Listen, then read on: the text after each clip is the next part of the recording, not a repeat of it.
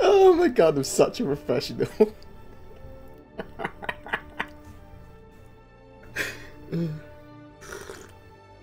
Any fucking slurping now, deal with that.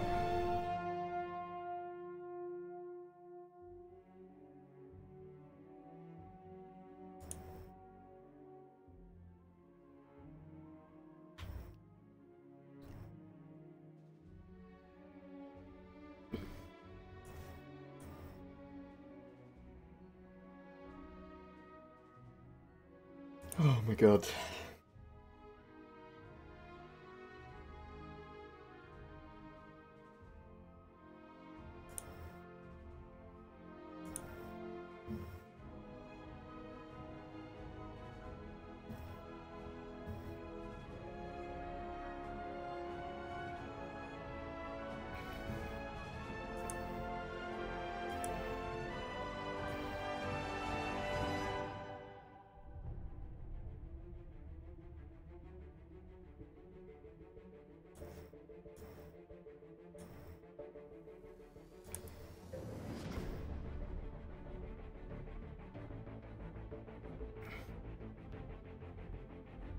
Tricksy little hobbitses.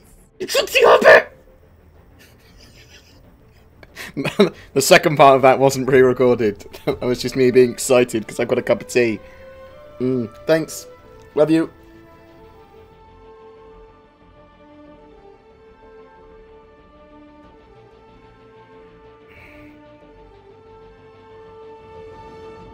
The Hawk will come with a loner. We just don't know what that is. It's probably a Avenger Titan, Avenger Stalker, probably. Or a Gladius. Might be a Gladius. Just that they'll implement that in a couple of days, probably.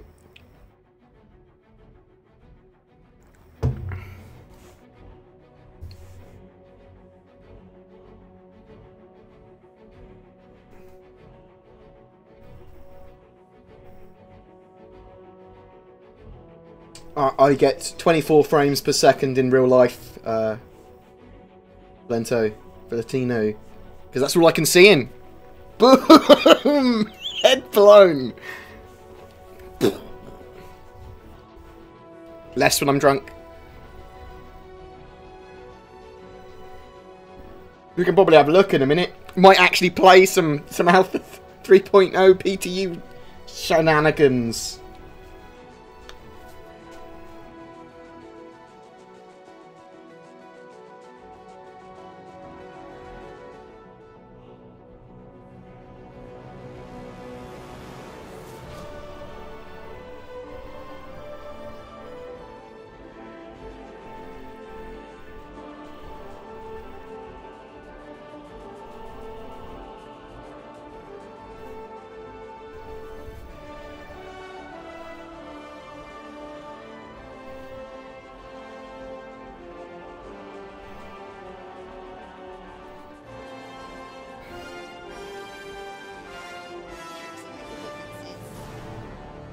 Oh, I love you. Thank you very much. Love your face.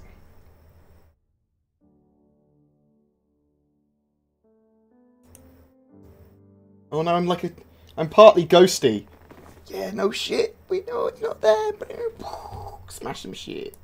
Thank you very much, Pedro Camacho, and thank you as well for the lovely footage from Zenthor. Zenthor has kindly allowed me to use his 4K footage from Star Citizen.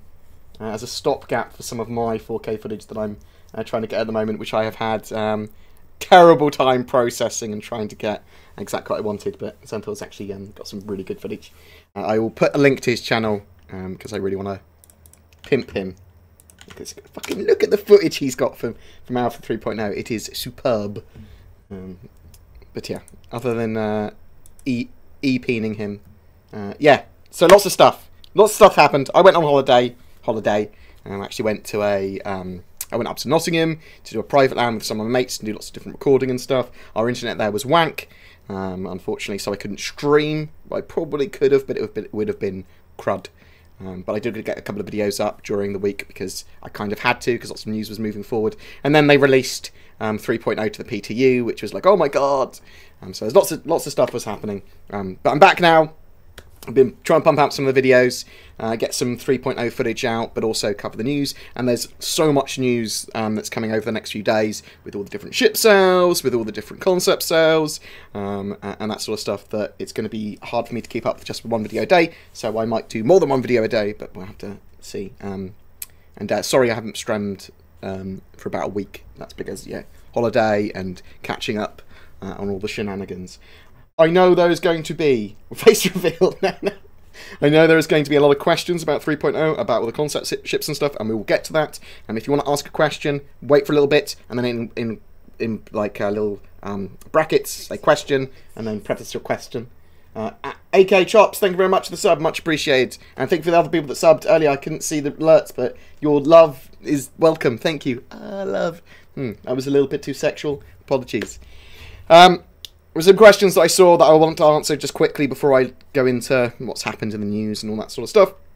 The Super Hornet is effectively nerfed on paper compared to what it was, but it's still going to retain its role, and it's going to be balanced so it still retains its role as a top-tier brawler dogfighter. So it will be comparable with the Sabre and sort of the Buccaneer. The Buccaneer's a little bit different because it's got loads of weapons, but it's vulnerable. Because of the way its like components are placed effectively unprotected on the outside, like a monster. But yeah, the Super Hornet, different. I wouldn't say it's like super nerfed or anything. It's just nerfed on paper, and it'll get balanced and everything, so it retains its intended role. If you want, oh, someone's. We finally got 3.0. Kinda. Keep up the awesome content. Thank you very much, Tactical Potato. Thank you very much for the donation. Very much appreciated. Yeah, so 3.0, it's a far way away from what 3.0 is going to be once it goes live. Okay? There's missing features, lots of the partially fleshed out content. It is there, but it's not finished. Like there's more missions that need to be done. Loads of the ships need to be fixed. There's a billion different bugs. At the moment, the servers are. Thank you very much for the cheer. How big is the PTU installation on SSD? I will actually check for you now.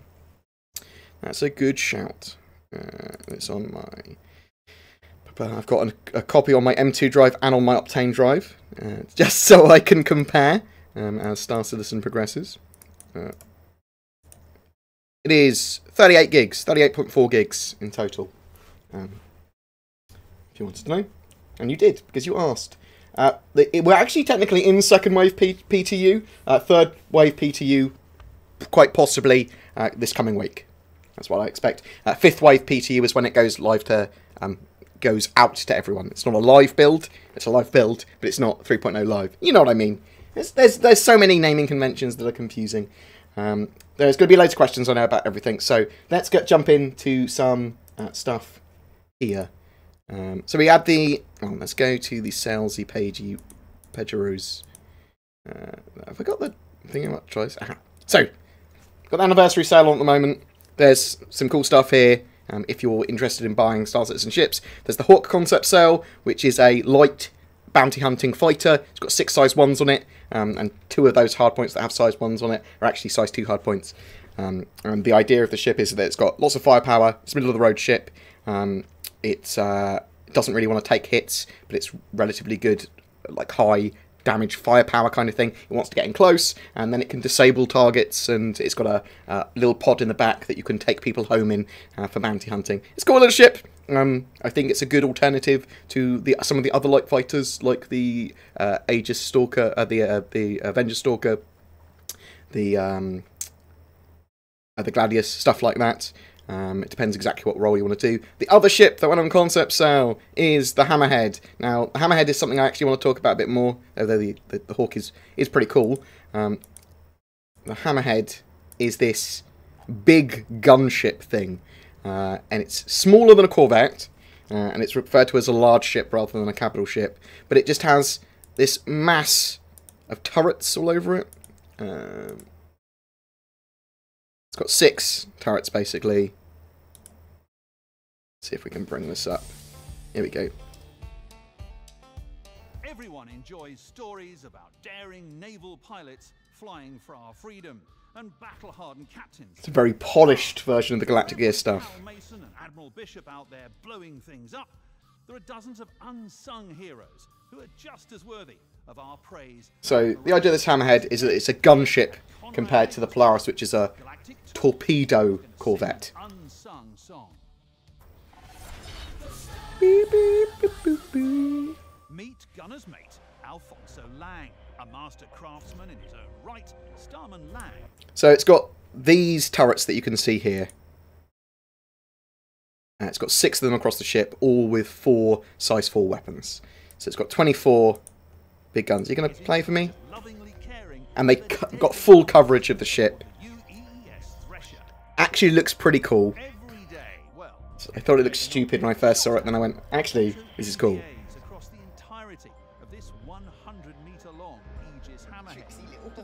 Now, it says 100 meters there, but looking at the stats and the size compared to the Starfarer and the Polaris, it actually appears to be 115 meters long and around 70 to 75 meters wide.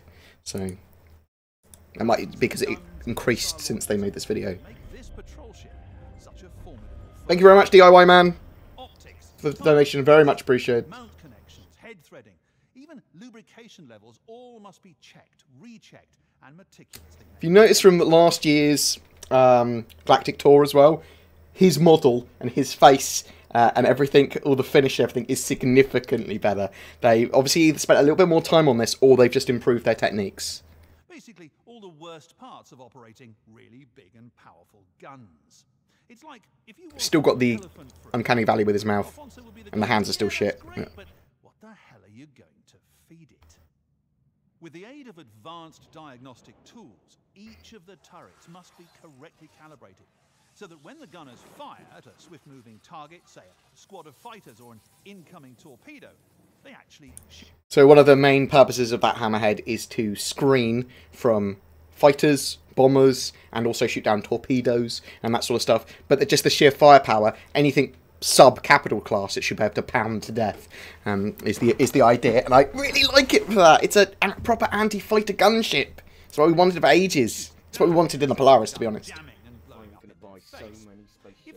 Oh, thank you very much. Do you recommend any of the current anniversary ships for newcomers so far? Love your work. Any of the anniversary ships for newcomers so far? We'll have a look in a minute, but of concept sales, potentially the Hawk is good for someone that wanted to actually go into bounty hunting. It's a cool looking ship, the Hawk, and it is a was it $90, $80, $90? I've got to pay VAT, so it's more expensive. Yeah, so it's $80 war bond, and it's going to be a cool solo bounty hunter ship / light fighter. It's going to be good for that. Other than that, I recommend waiting until, if you're new to Star Citizen, until December 1st and try and pick up a discount starter package. And if you really desperately wanted to upgrade from there, an Avenger Titan is a great upgrade from a Mustang Alpha or an Aurora. But I really, really recommend the Mustang Alpha at the moment as well. Thank you very much, Space Happy. Much appreciated. I'm really, really loving the Mustang Alpha. It's getting a rework. It's got cargo as standard now. It's faster than the Aurora. It's got good gun coverage. I really like it. Let's go back to the Hammerhead very briefly, and we will talk more again in a second. I'm sorry. Normally I don't play videos during, but I just wanted to talk about this because this is a ship that's excited me combat-wise, and because it makes sense.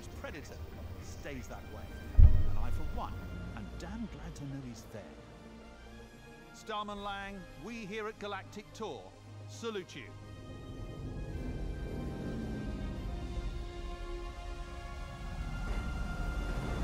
So she's got loads of these. They've got all those turrets, all 6 of those turrets, all with big guns on. So yeah, that's what I wanted to show with the Hammerhead. It is $550 if you wanted to buy it war bond, and $650 if you wanted to buy it with store credit. So they are stupidly expensive ships. I don't expect for it to be as hard to get as a capital ship in game though. It's a large ship rather than a capital ship. It is a bit smaller. It's still got a cargo lift and stuff there, so you can have Noxes and Dragonflies and stuff on there, and deploy them on planets, as well as probably Urza rovers or Cyclones and stuff like that as well.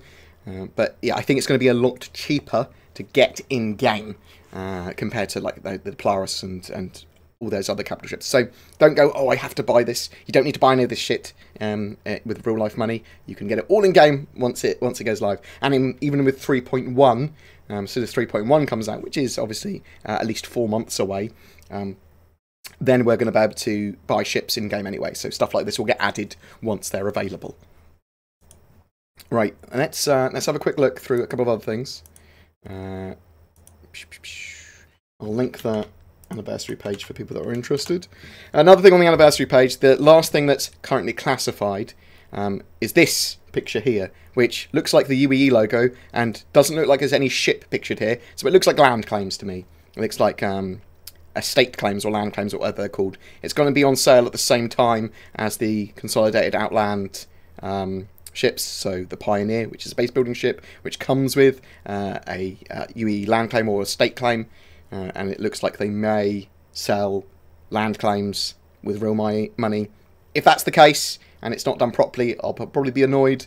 Me and Noobify will probably do a slightly ragey video on it or something. But we'll see. It might not be. It probably is. It might not be, and it depends on how they do it to the degree that I will be annoyed, because I don't think they should sell land claims like that. But as and when we will react to that.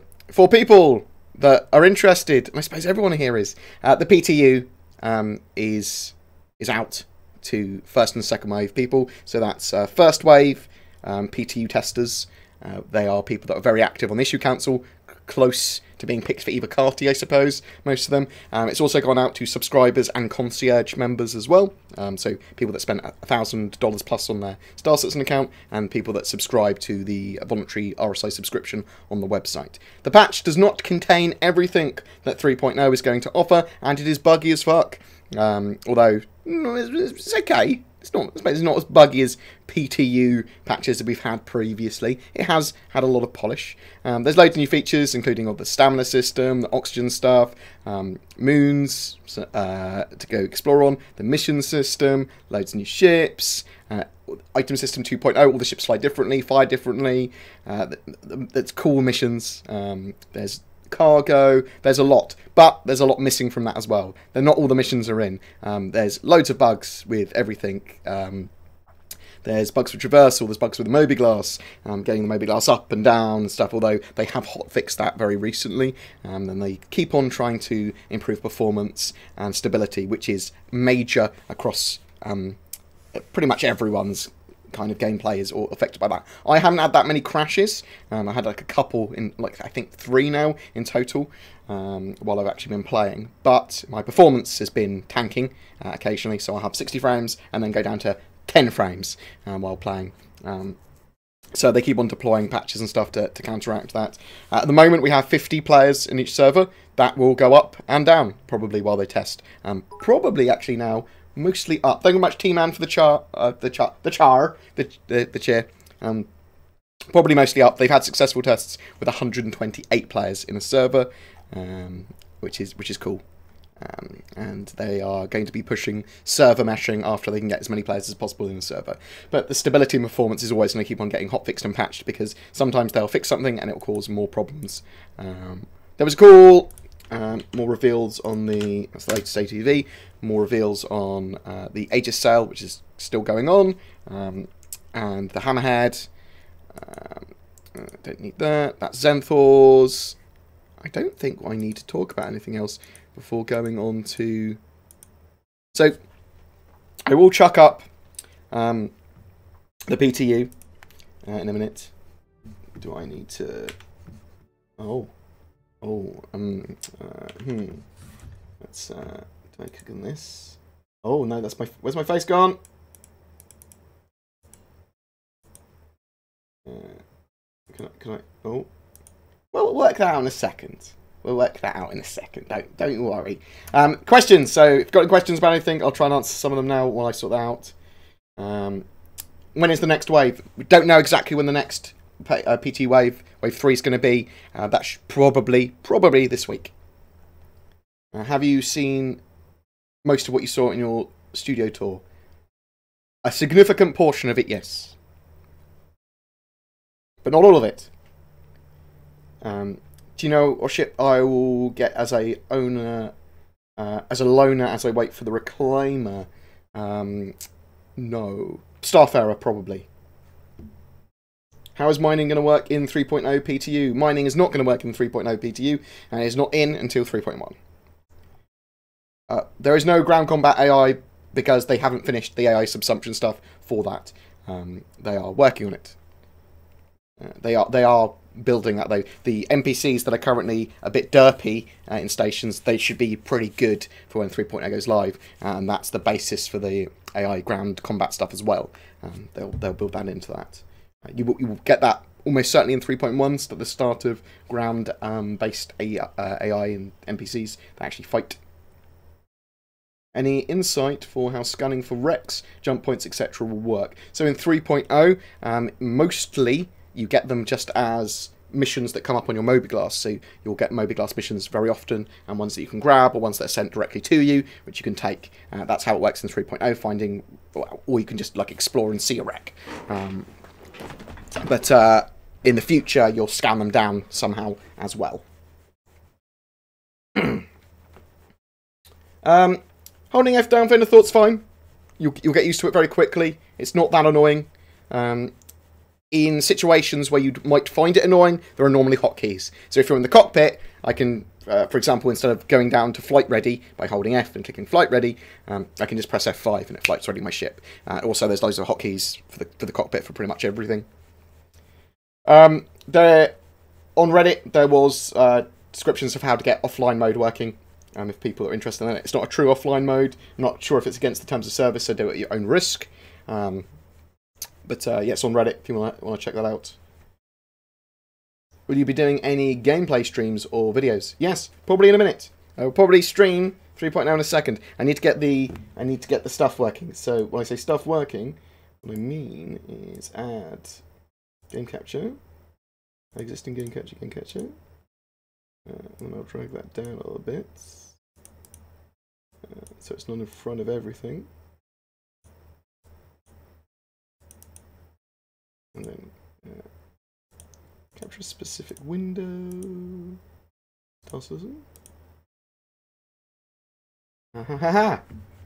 then I need to make sure that is fits the screen. Win. Yeah, we can play some Star Citizen in a minute. How novel will that be? We can turn on and off the text as well, so I'll turn that off for a second. We'll go through some of the questions and then we'll have a mess around. How do you make UEC in 3.0 PTU? You could do missions. You can do missions, you can do cargo runs, and you can find loot and salvage. I said, it's crates of cargo, which you can then sell. Yes, I do suspect a revised loaner matrix for when 3.0 goes live. How are you going to play Star Citizen? I am going to mostly be into industry when the game goes live. So stuff like the Starfarer, mining, manufacture, anything like that, farming, science, that sort of stuff. I will do some combat and some e-warfare as well. But I'm going to probably not be as good as that as some other players. I'm going to focus more on the economy stuff. Why didn't they talk about the Redeemer for the Aegis cell? So they are currently kind of backburnering the Redeemer. It will be worked on in the future. It needs to effectively go through a second phase concept. They are likely to talk about the Banner Merchantman and Defender today, yes, and you'll probably see a lot more on those ships as they talk about the alien stuff. Will they add a sonic boom effect when you go faster in atmosphere? They are tweaking a lot of stuff for atmospheric flight. They may add some cool little sonic boom things, or little flourishes when you're in atmosphere. Atmospheric flight does feel a bit different as well now, which is good. So far, I've seen a gameplay with Freelancer, and there is no compression happening with its landing gear. Yes, so they are working on the compression for the landing gear. PTU 3. Thank you very much, Lord Newton. Thank you very much for the donation. Yeah, so landing gear compression is actually in. Some of the ships don't have it properly because buggy PTU or unfinished PTU. So 3.0 release quite possibly by Christmas for an actual live build now, and they are pushing for it. Is there a date or patch that will allow us to hire NPCs to work for your ship and use the guns? In the future, I don't know. After 3.0 is released, we'll see a revised roadmap going through all of that jazz, literally saying this is when these mechanics are planned for. They're also moving over to a quarterly release schedule, so every 3 months we will see a big patch of whatever they've got plonked in. And it's not going to be like with 3.0 where we had to wait months and months and months and months. They are literally going to go, this is ready, we'll put it onto the foundation that is 3.0. This will be ships, this will be mechanics, this will be improvements. Obviously, with the Delta Patcher and everything else, they can do hotfixes and minor updates really quickly and easily now, so it's not an issue, and we will see those iterative patches in between that a major release, a major quarterly release, and when 3.0 goes live. But the rover is out in 3.0, yes, the Azure rover. I have had 58 frames in a server, bum, but then it did tank towards the 15 mark later on.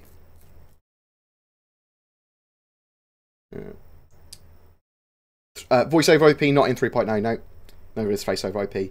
Expect probably for 3.1 quite genuinely. Hammerhead Center.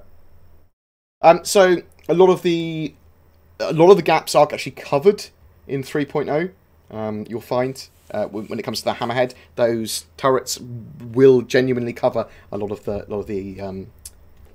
what you think is a gap in its defences. It's also pretty fast as a ship. It's going to be so. Thoughts on using a Reliant core as a starter to get trading? Yeah, I mean it's going to be a suitable starter ship. It's just a little bit up from the core starter ships, and it should be okay for trading as well. Thank you very much. I appreciate the kind words from everyone as well. I haven't actually flown the Reliant in 3.0. It burnt me so much, but I will try it. I haven't finished rewriting the 3.0 config files. There is a lot more graphic settings in 3.0, as we can... Woo! If I could do this now! As we can see here, we actually got graphics options. Not the best graphics options in the world. Got sharpening and chromatic abrasion, which is the split of colour chromatic abrasion from red, green, blue. Kind of, you adjust it to your own preference. I actually turn mine down. We've got field of view. Check it on 100. I actually prefer 90, but I will check it on 100 for you. And we've got some couple of other settings, but right, VSync and stuff.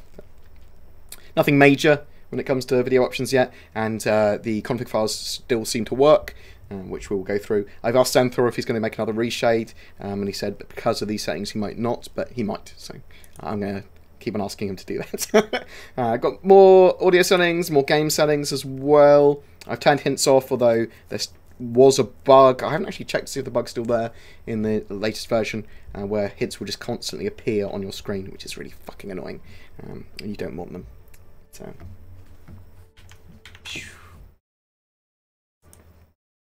What ships do you currently own? Oh, quite a few. So when I do donation goals, I've got $650 from the last donation goal towards a laptop, which I will continue that donation goal in the future, so in a week or two. I want to purchase most ships for my channel. I don't get anything from CIG. They don't give me free ships. They don't give me free shit at all. I don't get any preferential treatment or anything, and that is the way I'd probably want it to stay, unless they give everyone the same treatment. I'm good with that. I don't want any form of advantage. Otherwise people will go, me, me, me, me, me. And that's how people talk on the internet.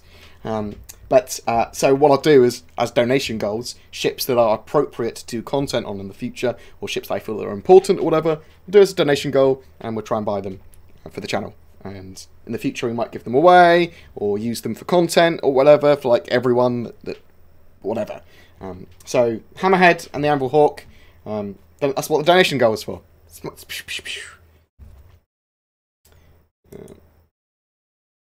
Demo sleeping in bed persistent. I don't know warp space. What does that mean? Do you want me to say something about it? Can the Merlin be detached from the constellation Andromeda in 3.0? Not currently. I'm not sure if it's going to be in 3.0 at all. We'll have to wait and see. They might go, haha, and here is the detaching parasite ships. Does the Urza rover come with a Carrack? It comes with a rover. It should. So the Carrack should come with a rover of some description. Possibly there's a rover. It comes with a Pisces snub as well, which is a scouting snub. Would you be up for joining my Discord? Well, Atomic, you can message me privately. I'll happily join. Will you be running hardware tests with 3.0 to gauge performance for different systems? Yes, once it goes to either a very, very stable PTU or a live build, yes. At the moment, it just seems it's too erratic to gauge performance. I just got my Idris P. Do you think it will eventually have missiles? Yes, I think you'll be able to add the railgun. I think it will have the hard point for the railgun in the future. And yes, I'm almost certain it will be able to have missiles and torpedoes. You'll be able to switch them around. I thought the next 6 concept sales were meant to be civilian ships. Didn't people kick up a fuss at constant military ship sales? Yeah, but it's when they overlapped too much. Like, these 2 ships, I can see them in the verse. The Hawk's pretty cool. Kind of makes sense for having a proper bounty hunter, especially when they're fleshing out the mechanics of that. And having another, like, a tier up from a starter ship makes sense. The Hammerhead is just fucking cool. Any ideas from Elite Dangerous that you would like to see implemented in Star Citizen? A fully fleshed out game. Lots of people. I like the story stuff they did with Elite Dangerous. I like some of the trade in Elite Dangerous. I mean, the story stuff with like Thargoids and stuff, alien invasion-esque things. I love that idea. There's lots of stuff that Star Citizen can do and learn from No Man's Sky, from Elite Dangerous, and from EVE. Whether they've been good or bad, there is a lot of ideas that those games have provided. Can small ships like the Merlin fit in the new Cutlass Black? No. You can have bikes in there, but you can't fit a snub in there. What do you think about the Hawk's weapons? I think potentially they're going to be pretty powerful. 6 size 1s are standard, and then you can upgrade 2 of them to size 2s. Might be pretty cool. Might be a heavy drain on your power plant, though. We need to mess around with it a bit. Is the Retaliator a good upgrade ship? Not sure what you mean by that, but there's lots of potential modularity with it. You can have it as a drop ship, you can have it as a torpedo ship, you can have it as a cargo ship, or even a people carrier ship, or a mixture of all of those things together, or some of those things together. So yeah, potentially based on your gameplay. Will gravity affect the way ship behaves in future versions? Yes, it does actually affect the way the ships behave in 3.0. Will a GTX 1060 be able to play 3.0 at normal settings? Yes. Almost certainly. Like, it's the solid graphics card. You'll be able to play them at normal settings. 1080p should be solid. At probably the higher end of settings. Like, at the moment, in the PTU, it's slow performance due to server stuff, mostly. And the game is only going to get more and more optimized. But the 1060 is a solid graphics card. Especially the 6 gig version. I've been playing 3.0 PTU and the lag is monstrous. Is there a way to reduce lag or increase the frame rate? So people playing on offline mode, you can go on Reddit and have a look, search for offline mode. So I'm not sure if it's against the terms of service, so I don't want to directly go, ha ha ha! Although I did talk about it in my latest video, I'm certainly not going to make a guide or anything on that. I can chuck it in. If I can find the link. It's on Reddit. You'll find it. I'm sure you'll. So I'm kind of on a rant today, so I'm going to ask your thoughts. How do you feel about the fact that when people ask tougher questions or not what if questions to the community, they are chastised? Do you feel that the community might need to be able to take criticism without burning the person asking the question at the stake? Hashtag Star Citizen Witch Trials. Duke Bowers, so you'll find on Reddit that some people, a minority of them, are dicks. Or a lot of people have had to deal with the same question being repeatedly asked, or stuff that appears to be trolling question, or whatever. Reddit is not the appropriate forum for certain questions, or for the same question asked repeatedly again and again and again. There is a FAQ for that very reason. I'm reading the Reddit and the stuff on the side that explains a lot of the stuff is there. They're not hug zones for people as well. I found it took me quite a long time to ingratiate myself into forums and Reddit and stuff like that. So I don't think that the community as a whole is bad at taking any form of criticism. You can criticize the community as a whole, but that's an odd thing to do as well. Because it's lots and lots of different individuals. It's not a community in the sense that you can go, this thing's bad or whatever. I think the Star Citizen community typically is pretty damn good. You get some people that are very angry or whatever, and you get some people that troll online, so that's what it is. But I think you should be able to ask questions. Some of the tougher questions, I'm not sure what you mean by that, but if you're asking like, where's the money gone? And, don't you hate it when they release concept ships? There's questions that have been asked a million times, and they actually are in the FAQs. You can read answers and stuff for that. So, any idea why people are experiencing 100% VRAM usage currently in 3.0 PTU? Massive memory leaks is my answer for you there. That is why a lot of the time, I think that's server and client side, those quite severe memory leaks and memory corruption as well, which is why the servers get chuggier and chuggier. Do you think the 60-month insurance is worth the money? I think that you can get everything in game, so even lifetime insurance isn't worth the money. If you can get something for free, then yes, go for it. But I wouldn't go out of my way to spend extra, or at least much extra, on getting 60 months or lifetime insurance.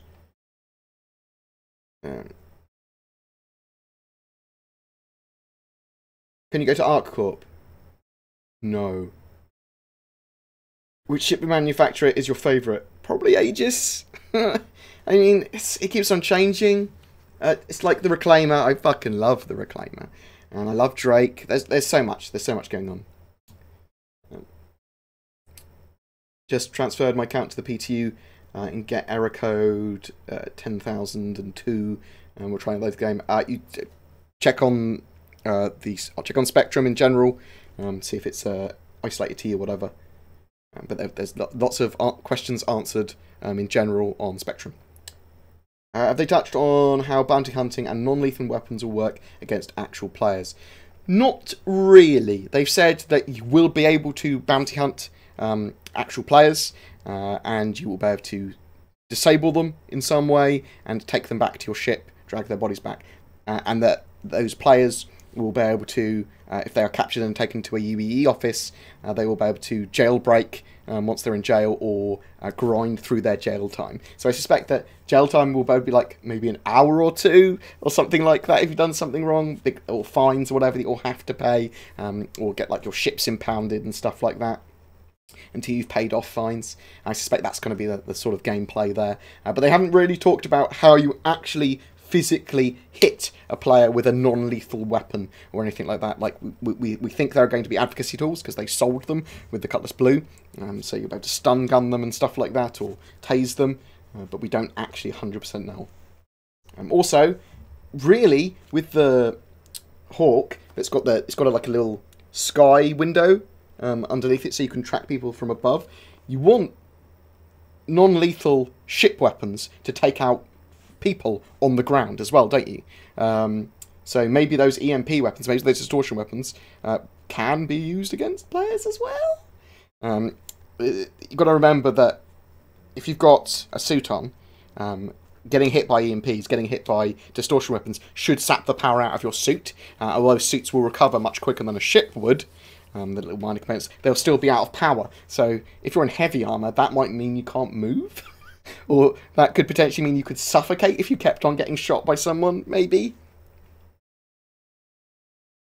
Freelancer has VTOL thrusters on its advertisement, but doesn't in the game. Are they going to add this feature? The Freelancers are getting a rework at the moment, so we're getting a bit of a tweak. So I'm not entirely sure what it's going to be doing with its thrusters. They'll be gimbaled though, won't they? So they'll be able to work as VTOL.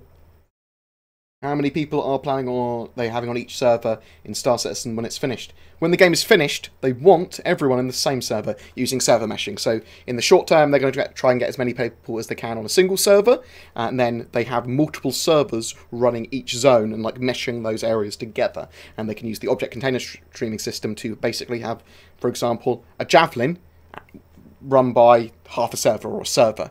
But it can be fighting another 2 javelins, which are all being run by a server. That's sort of what they can do with object container streaming.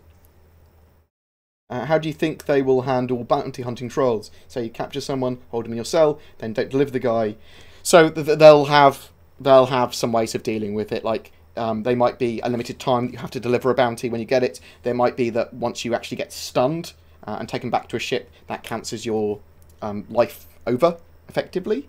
And you'll spawn in the prison straight away. There's lots of ways they can do it. I'm not sure how they're going to. But it does need to be worked on.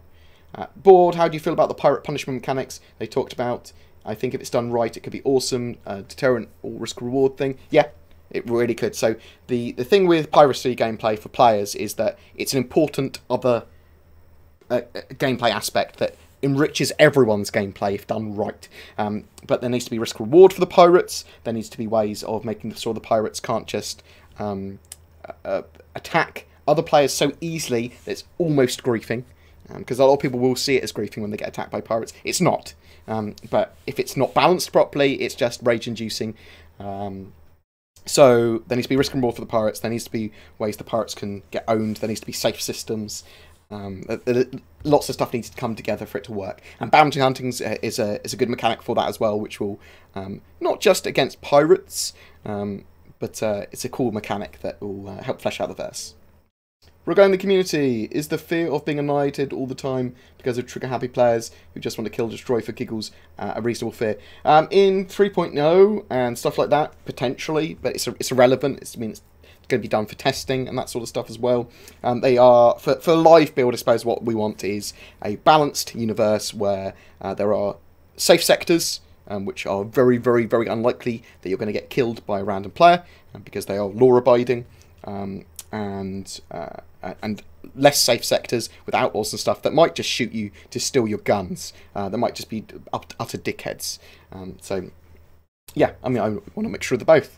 But 3.0, yeah, there's no real repercussions for fighting still. Well, I mean, there is, but there's just not bad ones.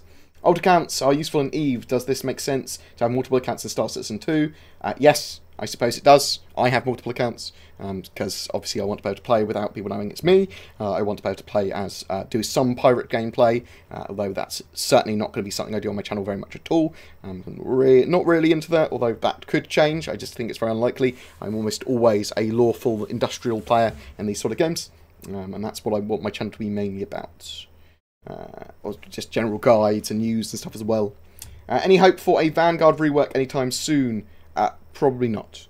It will get all the ships will have relative updates when it comes to materials and light modding work and stuff like that, but nothing major.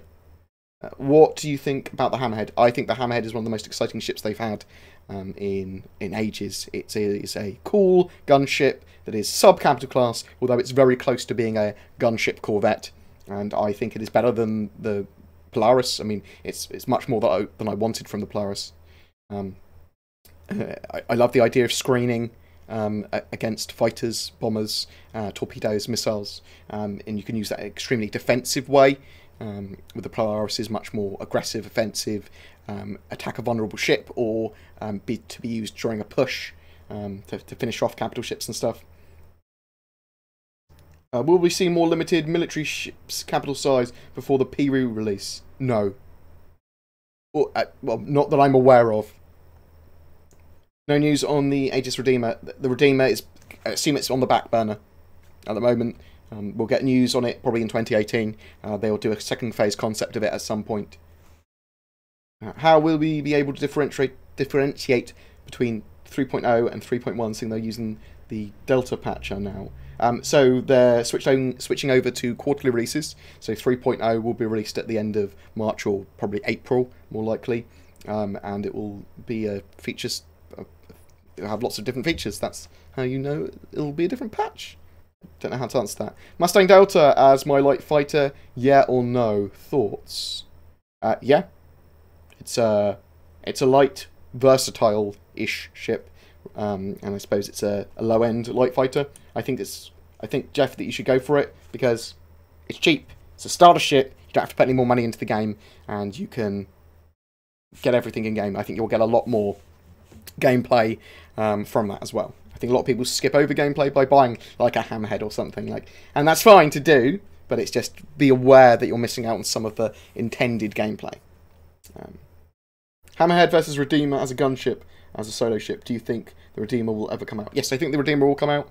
I just think it will. It needs a second phase concept, so they'll go through it all again. The Hammerhead is significantly larger than the Redeemer, though. The Redeemer became like this gunship that became also a dropship, and I think it will still maintain that. It will be like a gunship dropship, whereas the Hammerhead is much larger. It is this big screening ship as well. I like it. It's a patrol ship. Can I link a summary of the game bug, Sebus? Yeah, go ahead. Why can't I upgrade my Constellation Taurus to a Retaliator base? I don't know. Is it just the Retaliator that's on there, on the updates? Or is it a $0 CCU? Is that the issue? Carrack or Reclaimer? Oh, my voice broke. Congratulations, me. Carrack or Reclaimer? I love both. The Carrack, obviously, if you want to do exploration. The Reclaimer, if you want to do salvage and treasure hunting. I love the Reclaimer. Reclaimer is my favourite ship. Yes, the FPS problems are mostly related to the server, definitely. And there are some hardware issues that it has. So we will check out a little bit of 3.0 live in a minute. But I've just installed the Windows Creators Update. And on my laptop, it fucked a load of shit up. So I'm hoping that it doesn't annihilate me in 3.0. And will we see more alien ships before beta? Yes. They'll flesh out the Tavaran, the Kurthak, the Banu, the Xi'an, a lot more, and the Vandal. You will see a lot more. Does it seem the Hammerhead, being the capital ship, but only a few big guns, seem out of place? No, it's not a capital ship. It's a large ship. It's sub-capital class. It looks like it could be shrunk down to the size of a Cutlass. No, I think it works where it is. I mean, I think it's cool. Happy birthday! Thanks. It's not my birthday, but thanks. Do you plan, or is it necessary for another user.cfg for 3.0? Yes, I will be making them. I'll be looking at it probably straight after this stream. Oh shit! Just seen that you've donated. KMS. Good day, Mr. Board. Are the people of the future terribly out of shape in game? The heart rate spikes are like, yes, I know that they are. They will balance the heart rate stuff and the oxygen stuff and the stamina stuff, so even just the numbers are more correct. Yeah, you are supposed to be effectively. Everyone is supposed to be military fitness, so military level of fitness. So, Citizen Modorus. Where would all those alien ships spawn? Not put on the side. Yeah, if it's an alien ship that's owned by a human, it would. It'd be fine. Oh, what do you think of the oxygen mechanic? I think it's cool. I think it's necessary. I think it needs a little bit of balancing and stuff, even when it comes to numbers and that sort of stuff. But yeah, it's cool. It's getting fleshed out. It's going to make Star Marine and first-person shooter combat significantly different. The stamina, the oxygen, having to be sensible with the way you move. Your aim being different.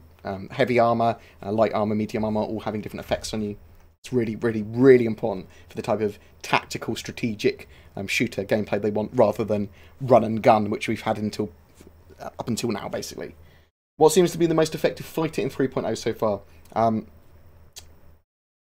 the Super Hornet's pretty good, still. Super Hornet's good. Gladius is better than it used to be. Saber's still good. I haven't tested them all out. I certainly haven't been in multiple dogfights enough to be able to go, this is better in the top player's hands. I need to get a load of Arena Commander played before I can work out what the best fighters are and the meta for them. Would it be better to keep my Reliance Sen and wait for a rework / variant release, or upgrade it to an Avenger Renegade? It's entirely dependent on what you want. If you want the science gameplay, then keep the Sen. If you want the Avengers modularity and its multi-role ability, then go for the Renegade or the Titan. There have been 3 updates for the PTU, 50 meg, 60 meg, and 350 meg. Have you noticed any frame rate changes? Yes, but erratic. Like, it's I get erratic frames. I can't tell if it's patches or if it's just the server I'm on or if it's what I'm doing. It's hard to tell. The mobiGlass was a lot better when I tested it last. The lag and latency is a lot better as well when I last checked. After playing with the player loadout app in the Mobi, how do you feel about it? I haven't played around with it too much in the last couple of patches, to be honest. At the moment, it's just a bit weird. It's sort of like, change my gear, changed. It's like, no, not really. I think that maybe they should go away from a mobiGlass app for it and use lockers. But I don't know. Do you think Hurston will be in 3.1? I think, actually possibly, I think we'll see planets in 3.1, yeah. So, I'm actually probably going to, as my main fighter ship, probably own a Vanguard. So, I think the Vanguards are meaningful. I can't decide whether I want a Hoplite or a Sentinel. I love the idea of e-warfare. But yes, I think the Vanguards are going to be very powerful. Have they figured out how to transfer ship other players? I don't know what that means. Sorry. Hammerhead center gap. What's its use? Why not remove it and add more cargo? Yeah, I think it's just for the way the ship looks. I see what you mean. The actual gap in the center. It would have been cool for extra cargo there. You know, it would have even been cool to have it as just a plated area, just literally covered in something. But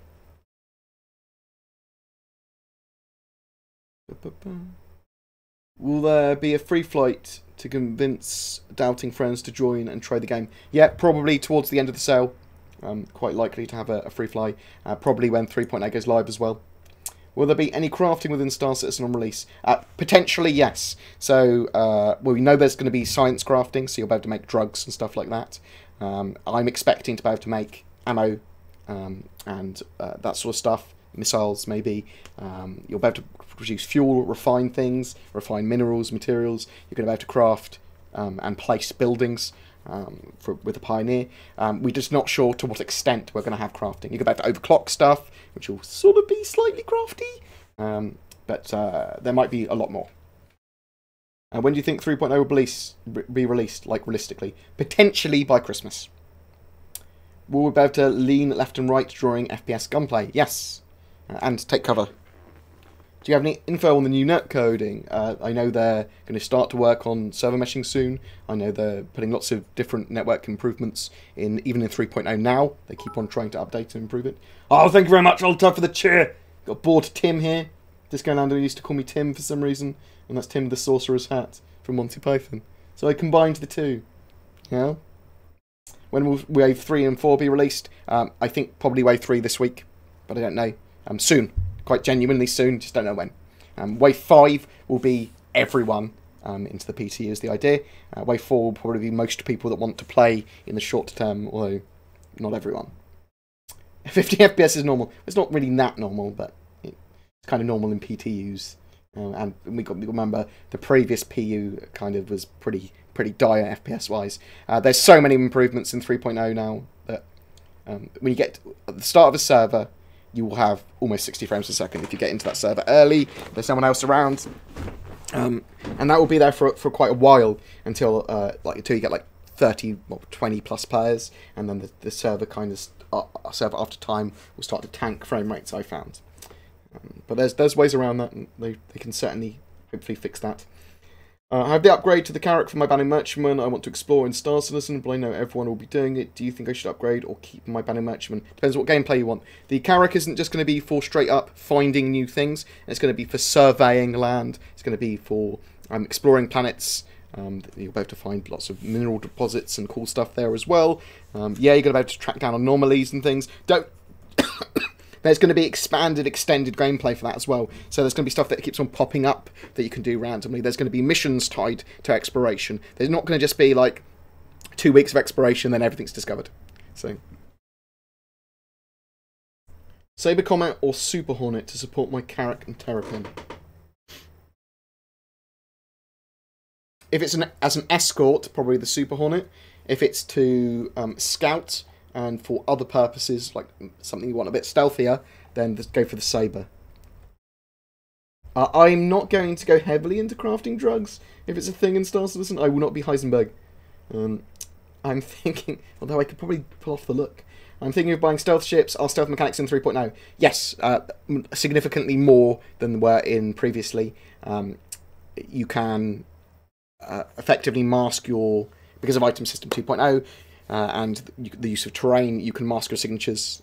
You can lower your signature so you're very hard to detect. Board, did they mention anything about the increasing price of the Constellation Aquila? No, not particularly.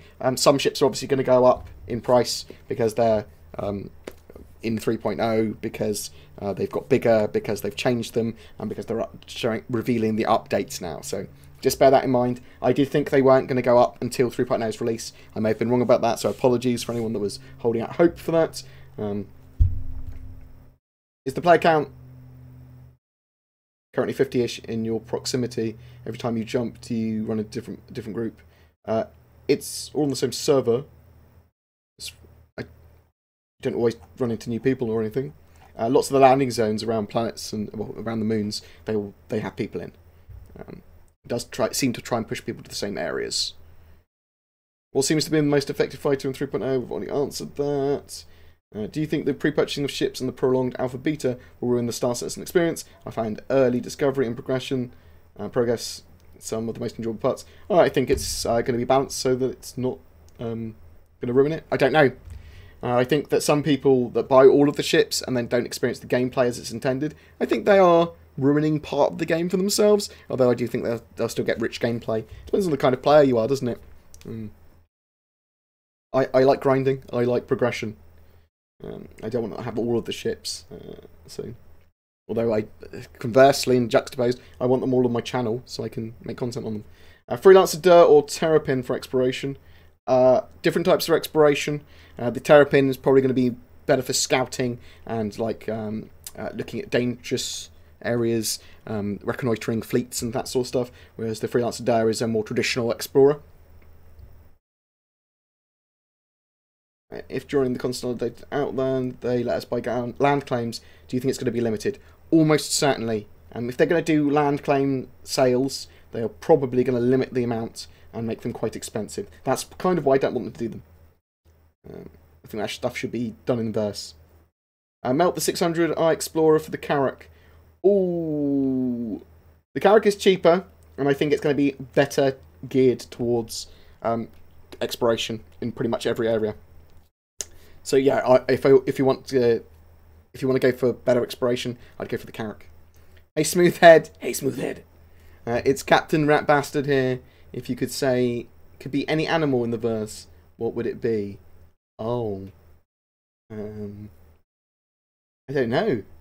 I've never really thought about what animal I should be.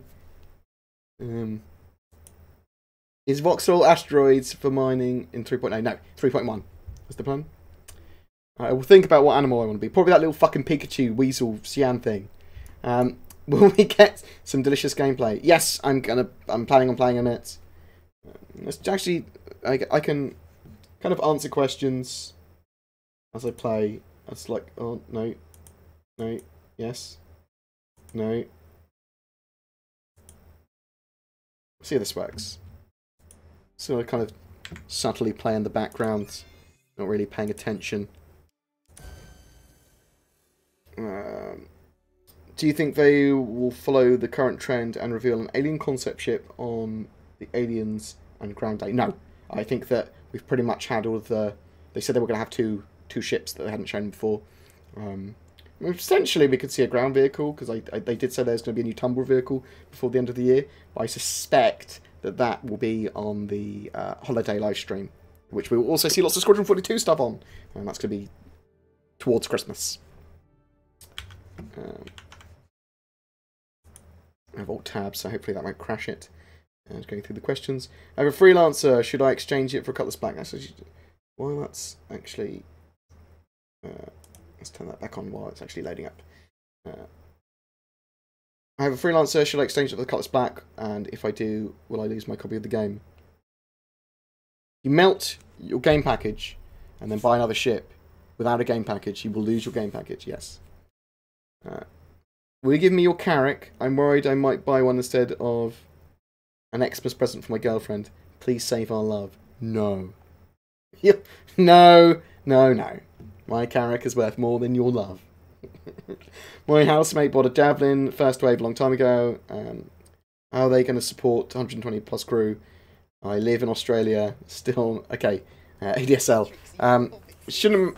Your network connection shouldn't matter that much for online games like that. It should just support them in the future. We're working towards server meshing. We're working towards object container streaming and those massive capital ship battles and crews and stuff. So just continue to watch and see. You will actually probably see a lot of the capital ship stuff in the Squadron 42 reveal stuff during the holiday live stream. I'm not sure how much they're going to show about the netcode for capital ships then though. Redeemer plus Cutlass Black and Herald, or melt them and get a Hammerhead. Depends on what you want to do gameplay wise. If you desperately want a Hammerhead, melt all them. If you don't want to lose them, then don't. If I had that option, I'd actually go for the Hammerhead myself.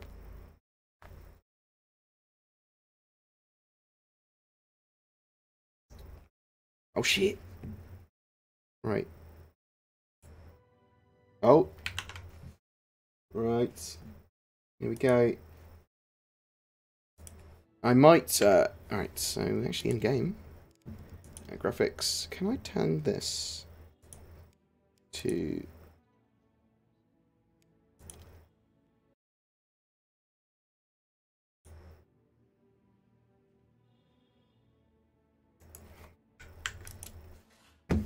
no, do you not want to give me my mouse cursor?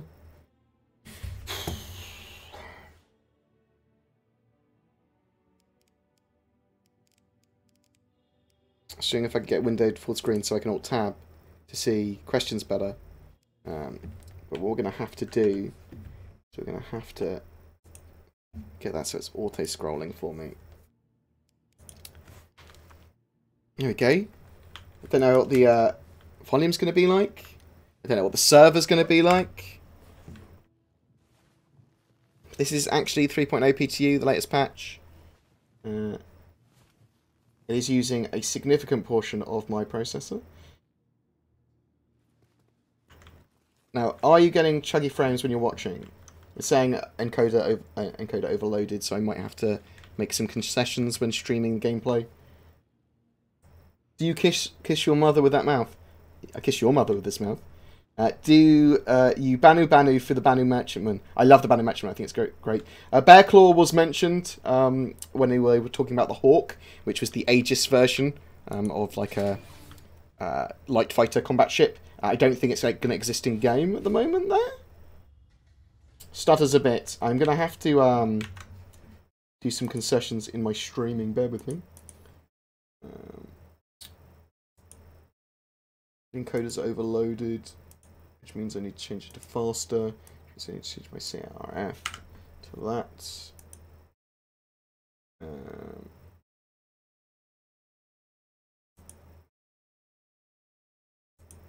Change it to that. That's going to be annoying as well. Oh, it's because I'm streaming at 1080. Okay. So we just need to downscale it. Right, so bear with me 1 second. I'm just going to stop and start the stream again.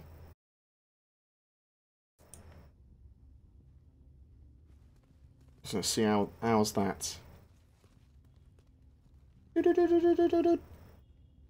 That should be significantly better. The server may stutter though. So just bear that in mind. So, at the moment, we have quite derpy NPCs, unfortunately. So this guy's just chilling out, which is fine. That's kind of what they want from Subsumption. You get this guy, though. He's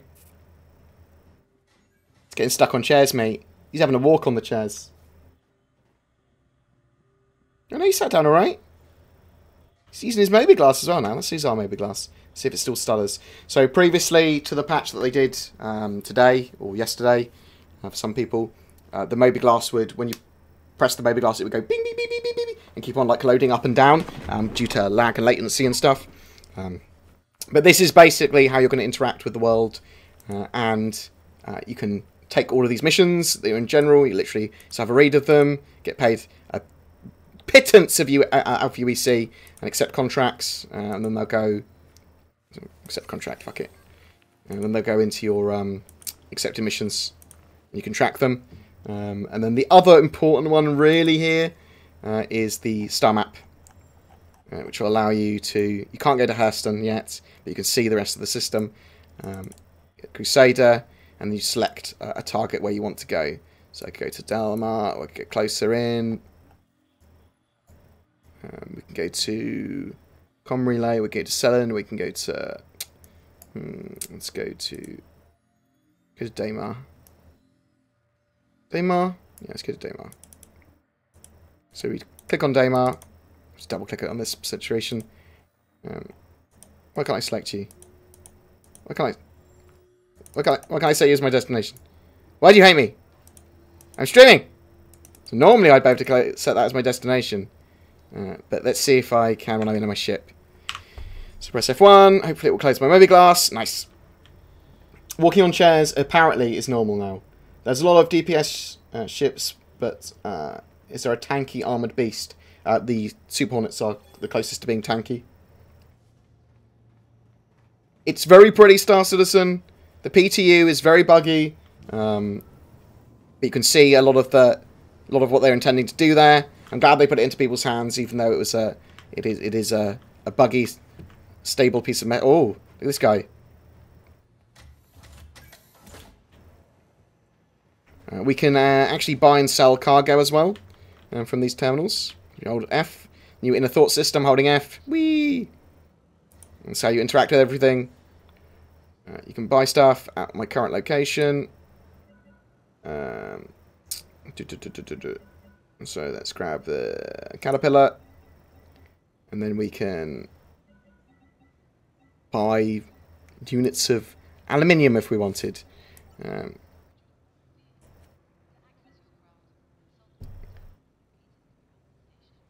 Let's purchase a load of aluminium. Because it's only 2 UEC. So that will appear in my caterpillar now. That's all my money. I'm looking buff, am I? Thanks. I've been eating a lot. I've got a cutlass black. Thinking of getting a quilla. Oh, a Starfarer Gemini or a Caterpillar. What do you suggest? Depends on the gameplay you want. Totally depends on the gameplay you want. They're different ships. Is there a character customization in the PTU? Not really. 3.0, we're going to have basic character customization. But we're not going to have females until 3.1, probably. Let us grab that Caterpillar, wherever it may be. All of our landing areas are currently full. Please hold for assignment. So chill here, mate. Ah! It's fine. It's fine. We can just chat. Aluminum. Aluminium. I have the Eclipse, but I'm eyeing up the Gladiator as well. Is it worth having both? I mean, you can't fly both simultaneously, but you could get an NPC or a friend to fly the other. It's up to you. With a lot of people, I advise just getting what you need, what you really fall in love with. Sandworm and enemy AI animals on planets in 3.x. Yeah, in 3.x, definitely, but not in 3.0. Let's find this caterpillar. Yeah, caterpillar. Ship has been delivered to the following landing pad. Oh. All of our landing areas are currently full. Please hold for assignment.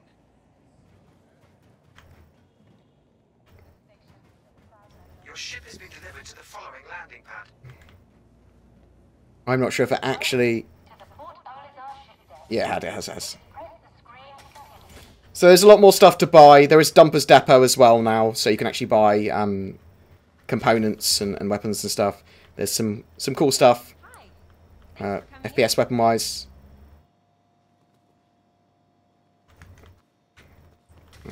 Only half this stuff is actually implemented and working and not buggy as fuck. So just please remember that. Pardon my French as well. I'm being quite sweary. Apologies. Come on.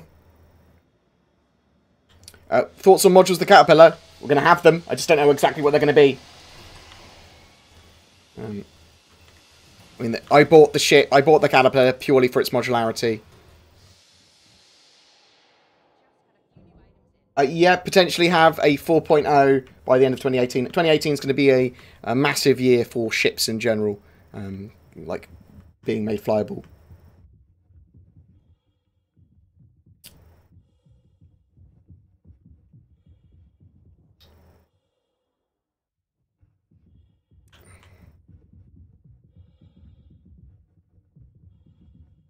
But hopefully, my cargo should be on my Caterpillar.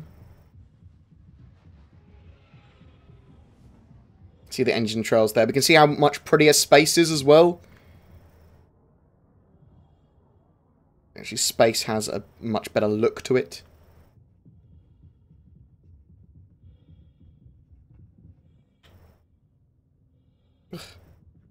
Where's the cargo elevator for here?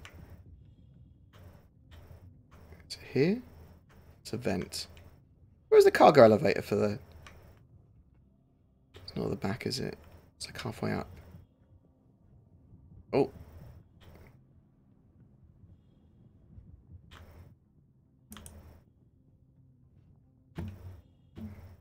Can I not? Can I go down this? No? Having problems accessing.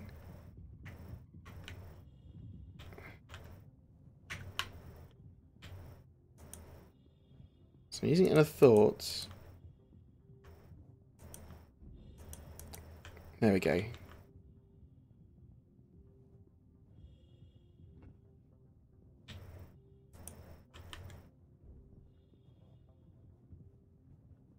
Come on.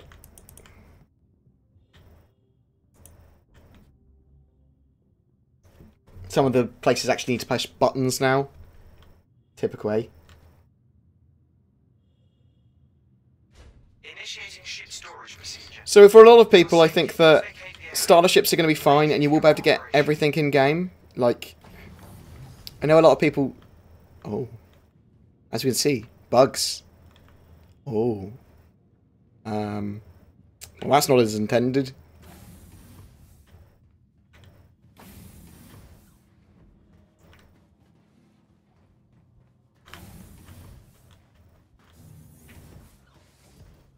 Dun, dun, dun, dun. Initiating ship storage procedure. No! For your safety, please vacate the area. No! Thank you for your areas are currently full. No! Do not put it back in storage. You mother... So if you don't get to your ship quick enough and take off, it puts it back in storage. Thank you, ATC. Thank you. Oh, I know, right. I don't think Star Citizen will feature chest bursters, but you should get sort of like, oh my god. Oh my god. Fuck you, game.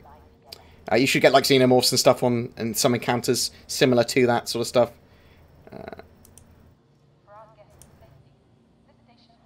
Right, we're going to do it quicker this time. All of our landing areas are currently full. Please hold for assignment. Salty. Salty board game is salty. Thoughts the game are based around ships in space. It's still about planets. When will they focus more about planets and exploration? They're working into it at the moment. It's like they're doing both simultaneously, pretty much. We have lots of moon exploration for 3.0, but it's still, obviously, it's pretty early days.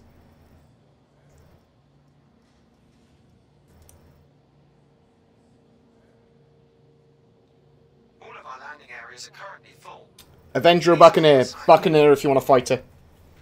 Avenger, Titan's going to be more versatile. It can take cargo and stuff. The Buccaneer's going to be a pretty good fighter, medium fighter.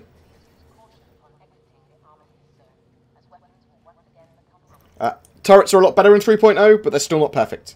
They still need work.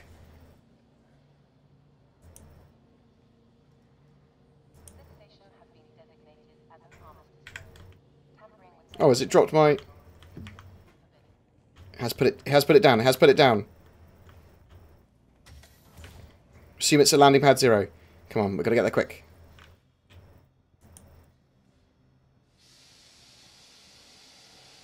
So you can't wait for your friends anymore. Gonna be quick. Right. Ba, ba, ba, ba, ba, ba.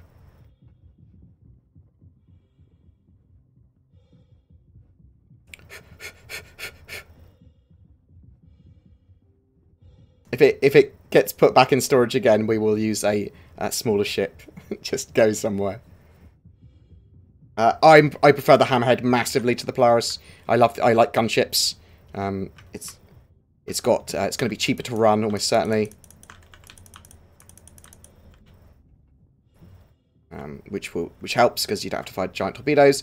It's going to be defensive in certain areas. It's going to be much better against the smaller ships.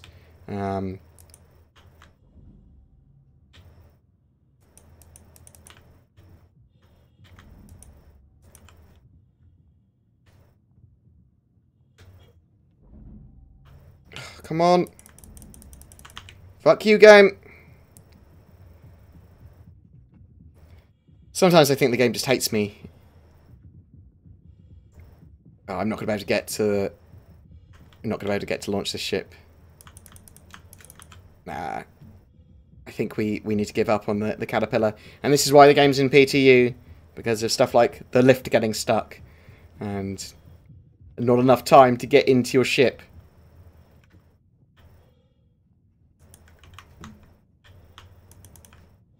Let's grab something else. Just go to a planet. We can go to a mining area on a planet and actually test out some of the ground vehicles. I do think UBC is now better balanced. Oh, yeah, they need to balance all that sort of stuff. Ah, please demo sleeping in bed persistence. Please demo. It's not working properly. It's going to be hard to demo. We'll give it a go, though. We'll see if it's working in this patch. I don't think it is, though.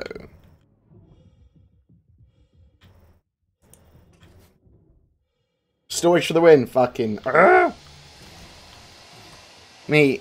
You're going to get a lot of fails during the PTU. Just fails doing everything, mate. Fails spawning.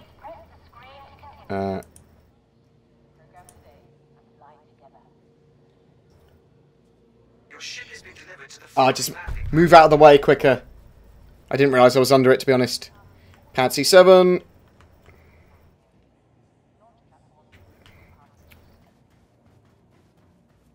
Yeah, it might be those torpedoes might be incredibly expensive. Thank you very much, Perry Helion. I can't name words or anything at the moment.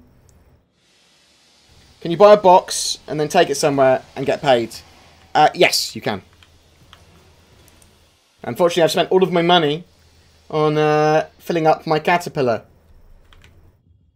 You know, it'll be fine.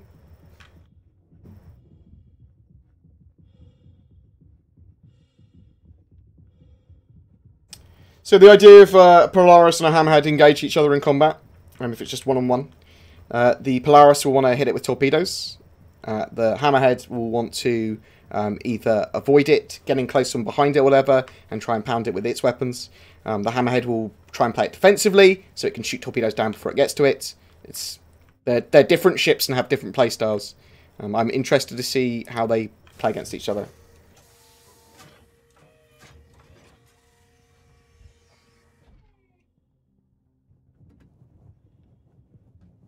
Welcome to the PTU indeed.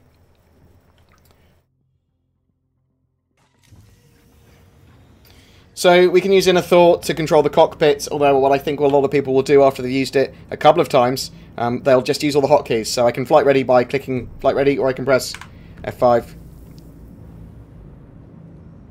And you'll see occasionally that hints like pop up, even though I've turned them off. We've got QT roll and number of slaves and stuff that appeared on screen. I'm assuming this is for quantum linking.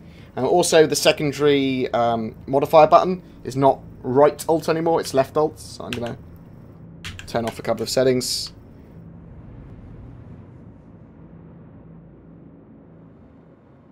Oh, I need to adjust my sensitivity and stuff again. So what we're going to do is we're going to press F1. I sure I did press F1 there, but maybe I didn't. Oh. Is the server lagging? Press N.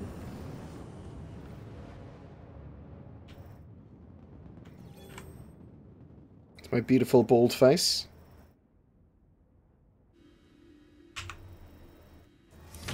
So it appears for me that my mobi-glass isn't working, which makes doing anything pretty tough, to be honest.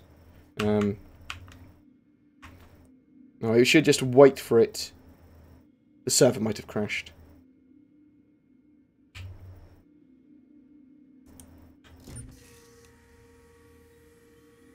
Nothing appears to be moving. Might not have, though.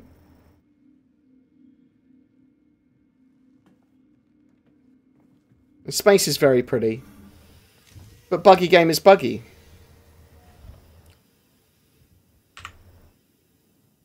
I can't access my mobi-glass, which is annoying.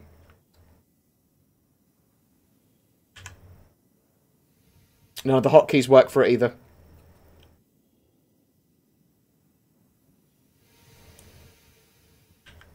Yeah, you might have to quit and join a new server. Oh, how annoying is that?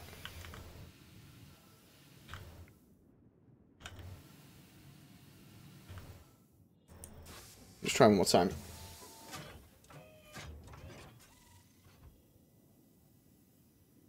Wow, Synapse, you're angry.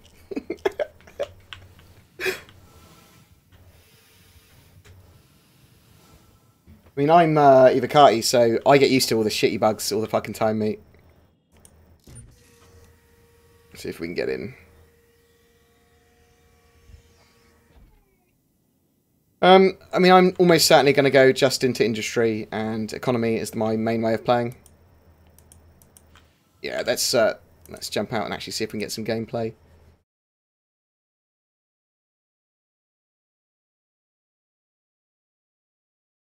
We're trying to get some gameplay of 3.0, but I think that server just crashed. Are you going to... And the game just crashed as well. Good job, game. Good job. Oh, there might have been an update. Let's have a look.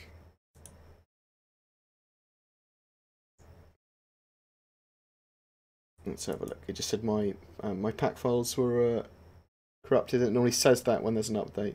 No, not be. Let's have a look. If you have everything you need, like, I do recommend that people don't spend money on getting ships unless it's just for the starter packages. There's going to be some ships that people like fall in love with. It's that you go, yeah, okay, you can kind of justify buying. It's you're going to miss out on so much gameplay and stuff. When you go to sleep in your ship's bed and log out, and there's a stowaway on board that you don't know about, will your ship despawn? The intention is that it shouldn't. And you kind of need to be aware that that can happen. But for 3.0, don't know. For 3.0, it might despawn.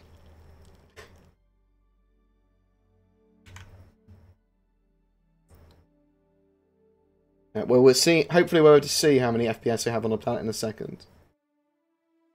Let's go back to seeing some of this. I've had pretty good FPS on planets. When you're actually coming into a planet, that's when your FPS will tank. So pre-atmosphere planet loading, and then it kind of gets a bit better. You can get up to 30 frames if you're lucky, maybe 40, I suppose. And then when you get close to a planet, it's relatively good again. It changes from patch to patch, though. It should be possible to board a Vandal King ship in the future, yeah. So Vandal have lower gravity on their ships, though, so you'll be jumping around.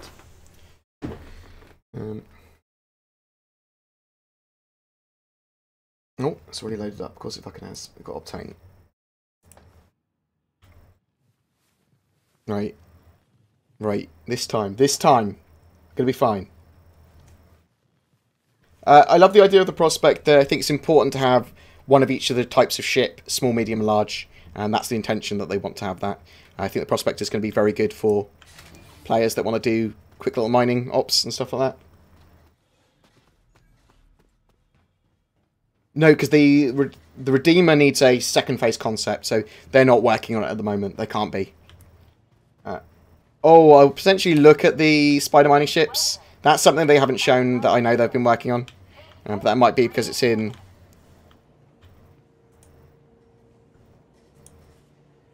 Fuck. That's a piss take, isn't it?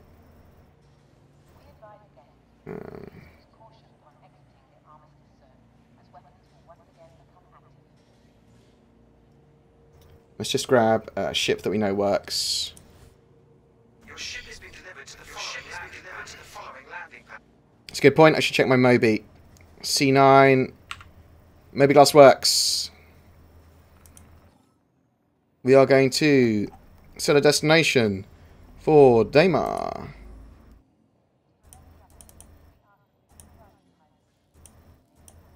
Or not. I wonder if the Moby glass... I wonder if this patch is broken.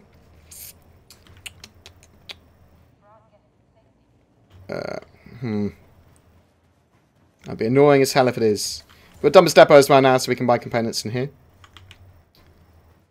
And we may not be able to get gameplay. Where can they go? You can see the trials and tribulations of why PTUs exist. I like the Hammerhead, but why did they start that instead of finishing the Redeemer? I don't know. I think the Hammerhead probably fills a different role as a screening ship. And the Redeemer was kind of... the Hoplite kind of took over from it.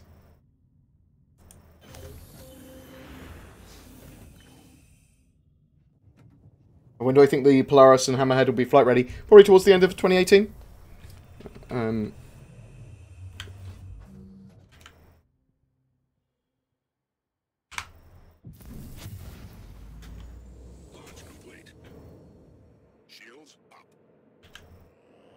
Oh, no, no. What did I turn off by accident?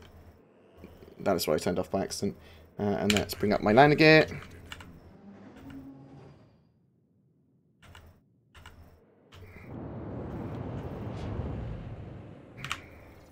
Let's bring up the Moby glass. I'm going to set the destination as Daymar. Should see a little point in my bob now. And now we can press B. And quantum travel. Between a Hull C and a Merchantman, I'd go for Merchantman.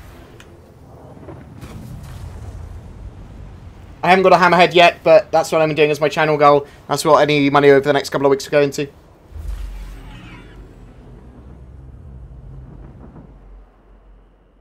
So, what have we got here? We probably want to go to...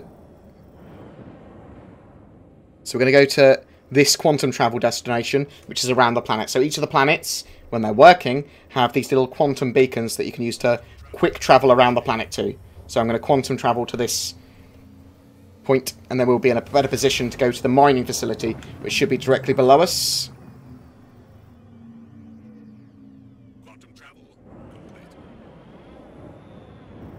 So now, we go to the mining area. Actually, let's go to the bountiful the hydroponics bay here.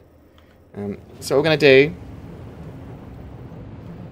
is we're going to go and use our afterburner to get up to afterburner cruise speed, which should be about 1,235 in this particular ship. I thought it was going to be like 1212 or something. Oh, that isn't a... Well, it'll be fine. It'll be dark there, but you can see what it looks like in the dark.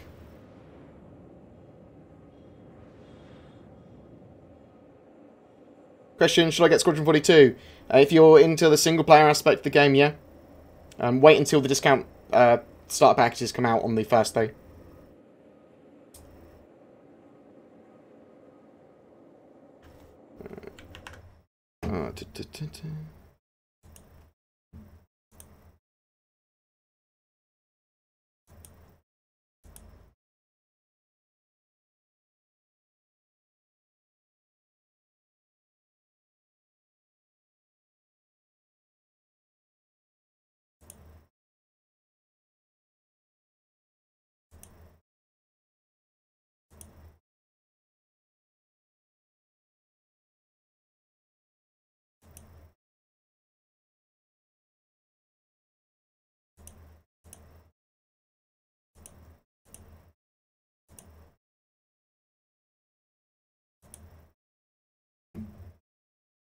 There you go.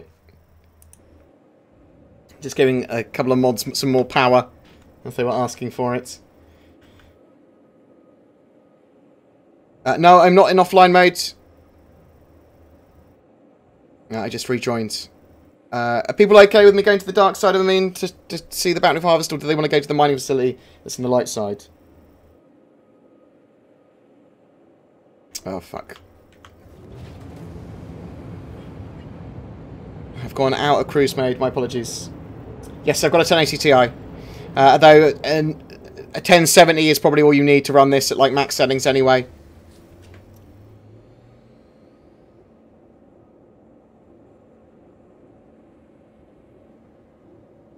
No, not on offline mode.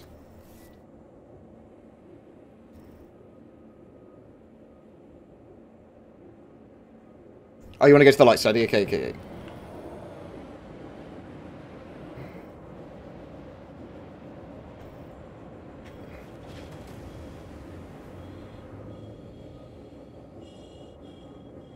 It's going to take a little while to get there.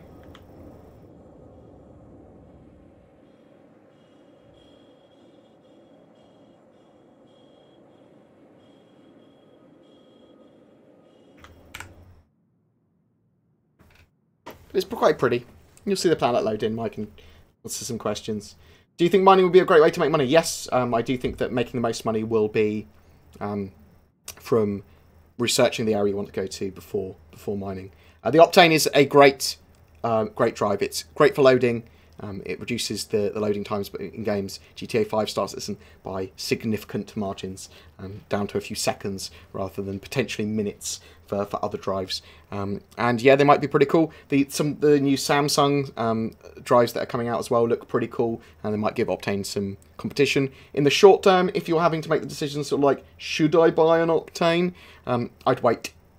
Kind of wait. And there's going to be like second-gen Optane drives probably before Star Citizen launches. There's going to be a load of competition for the Optane technology, looking at different things that do stuff just as fast, possibly do stuff better, possibly do it worse, I don't know. This is a Sabre. I wanted to be flying in the Gladius, but I spawned into a server, got my Gladius, and then the server seemed to crash.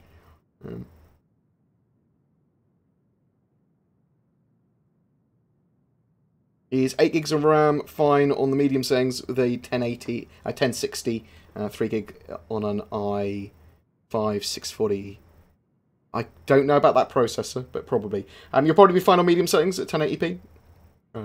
You're probably not going to suffer any more than I do, if you see what I mean, because there's lots to do with the server and stuff. We are entering the atmosphere now. Get the cool little...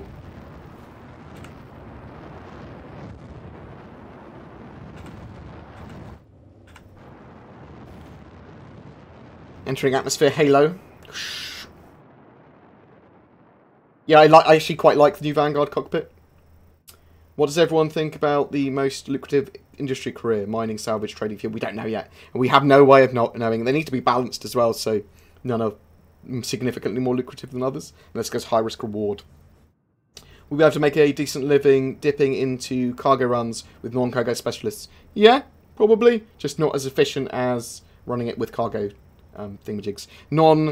So ships that aren't 100% cargo, like it's not their main role, will probably be able to outrun pirates or be able to fight them off, whereas a true cargo ship might not be able to. You might have to have escorts, and so you might be able to make a good amount of money.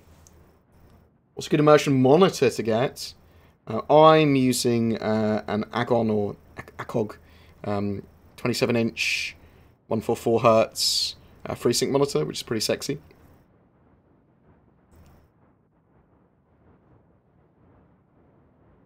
Avenger and Cutlass very different for being all-rounders. The Cutlass is larger, but the Avenger is cheaper.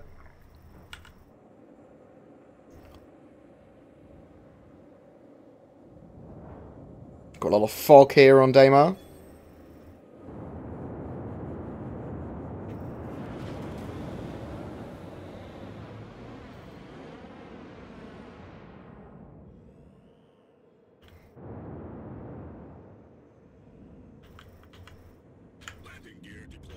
So I'm deploying my landing gear because that will slow down my speed.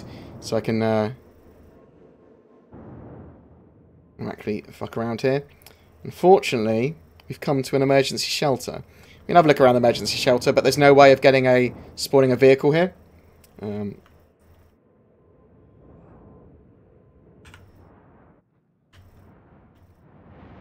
Just try not to clip that. That would be bad for my ship.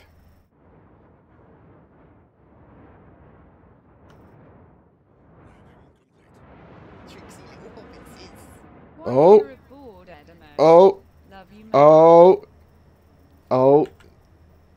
I mean, it doesn't look like there's any landing gear compression on my saber.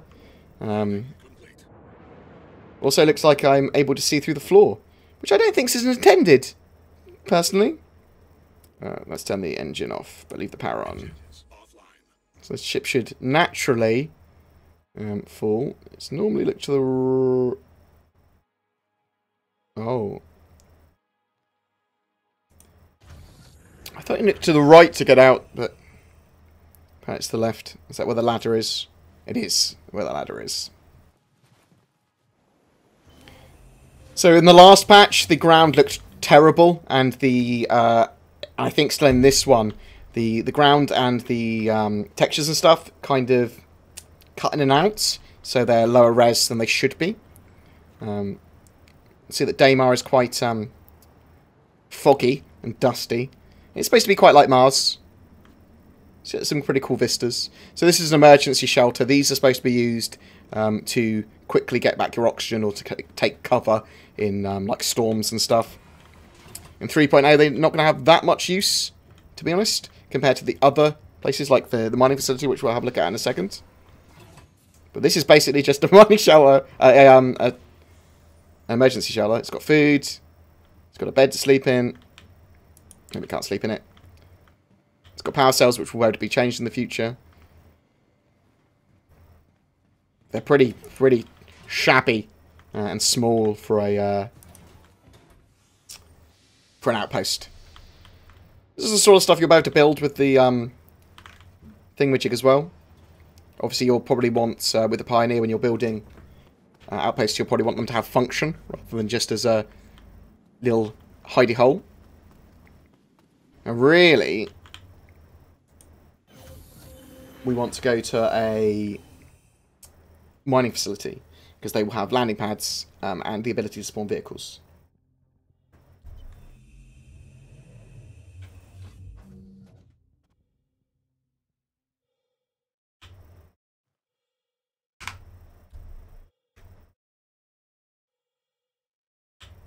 Just have my power on separately now. Right, it's the engine. Engine.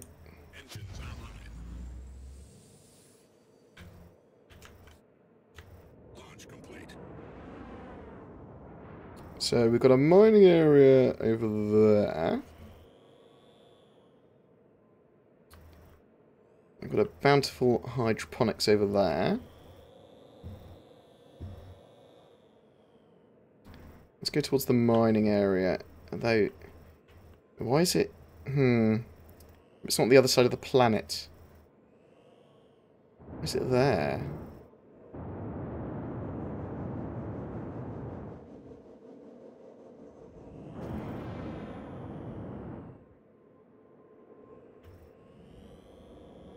It doesn't fill me full of hope. Let's try and get to that mining facility. Maybe we should go to a...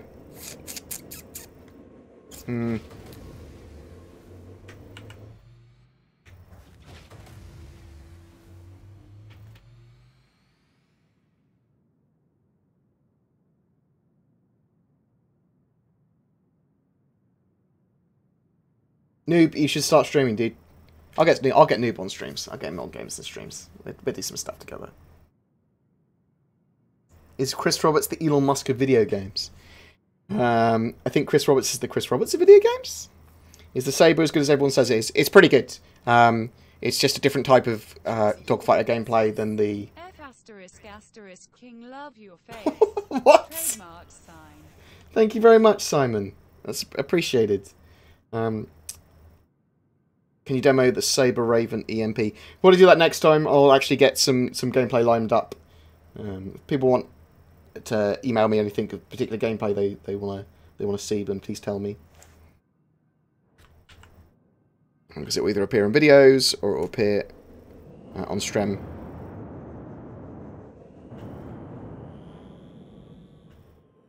Right, let's work out exactly where we're going now. That's definitely on the other side of the planet.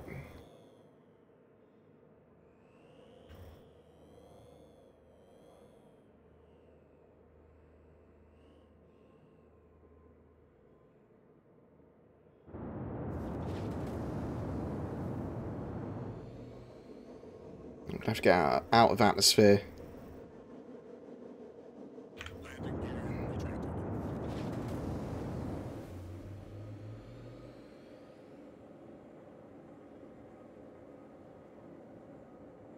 So we can get better safe speed. Check out the Reddit if you want to see the ways to play offline. Yes, I will probably grab a Hammerhead. That's where the channel goals and stuff are going to be for, though.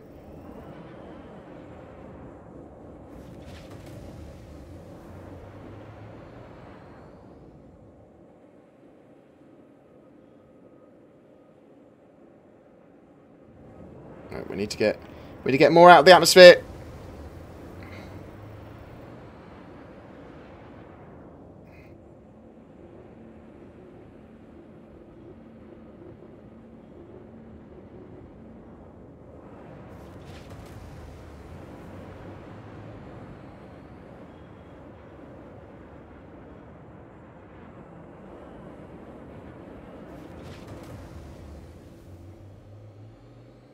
Hopefully we should be able to go into second phase afterburner now, or close to.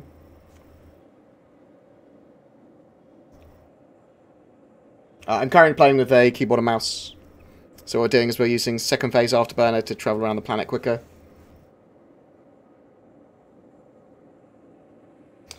So distortion weapons have been reworked in 3.0. So there's the pulses and projectiles, and basically items can block the damage from them or absorb it. I believe it still should be that shields take the damage first and then power. So if you hit the ship, you literally sap power out of the power plant and systems. But some power plants will be able to resist certain amounts of damage to them as well.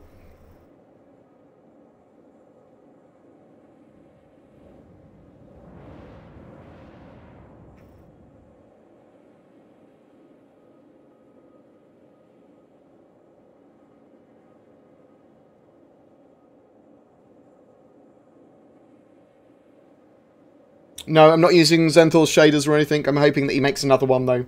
Maybe he makes another reshade. If you've got any questions in brackets. This is just more of a question stream with me attempting to get... Oh, why is it... Stop shaking. Stealth Citizen has atmosphere system. Does that mean if you eat a lot of beans and then get trapped in an escape pod, you die from methane overload? Why not? I don't think they've actually put farts in-game. So, what's something I'm probably glad they haven't. Good job, though.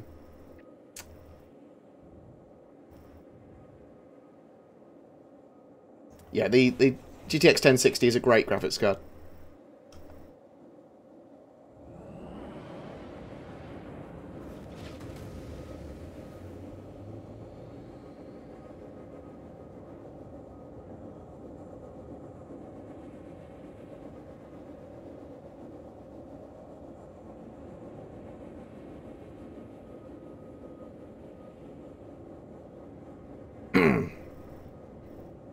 Aquila or 600i for Solo Explorer.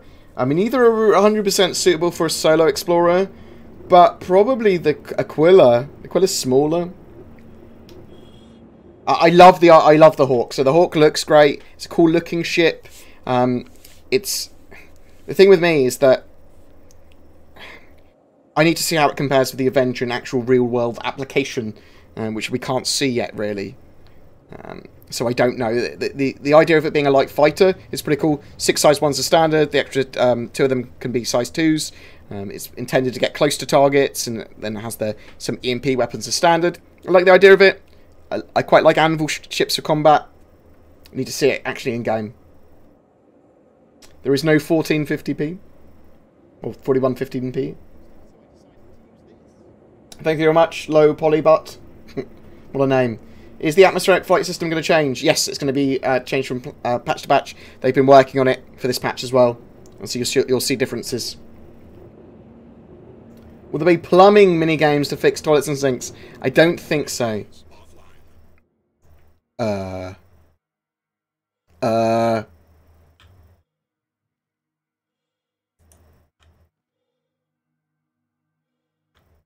Why?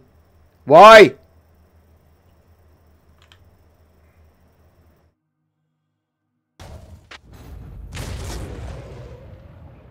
Well, on the plus side, we got to the outpost we wanted to. My engines turned off for no reason.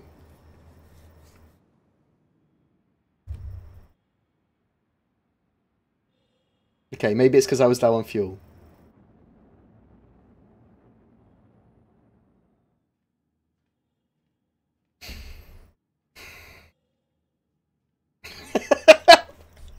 We got to the outpost! We landed on it! Oh, fucking... Look, I don't need to be good at Star Citizen to be able to cover it, and you still have to talk about it, yeah? Can you say the Vanguard? Yeah. I'll show the Vanguard in the cockpit and stuff. I've ruined everything, I'm sorry! I'm so sorry. They're literally unplayable, eh? No reason for them to exist. At least in my toilets currently. I can't even get in the men's.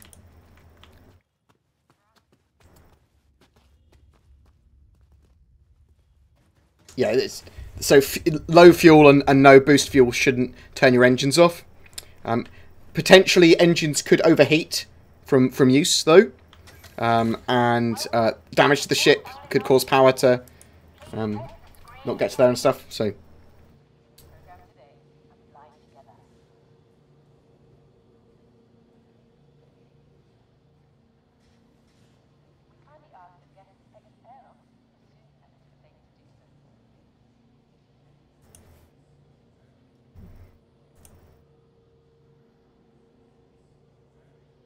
Your ship has been delivered to the following landing pad. I think we'll get some stupid like ramming people on planets with ships done at some point, definitely. Thank you. I appreciate the love of my face. I also don't appreciate the fact this game hates me.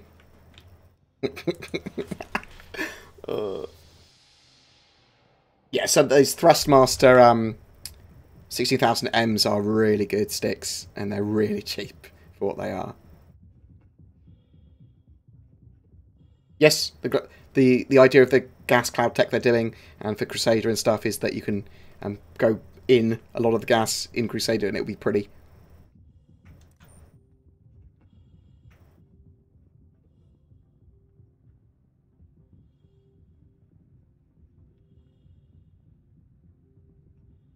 So it's still a size 5 hard point on there across all the ships, so don't worry about that.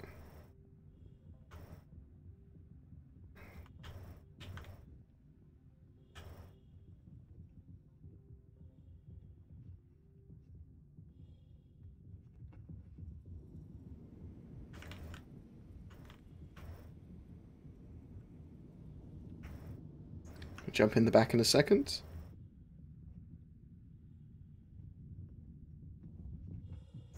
So the Vanguards, for me, are probably the sort of fighters that I'd like to fly. Even more so than the Sabres and stuff. Come on. Come on.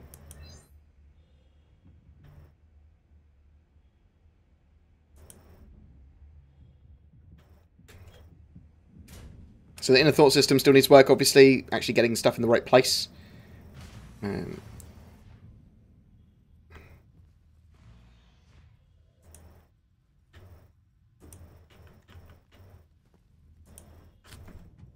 Got to be the right distance away from certain things still to use. Oh no. Oh no. I can't tell if he's just trying to say hello. If he's just a bit spesh. There you go. There you go.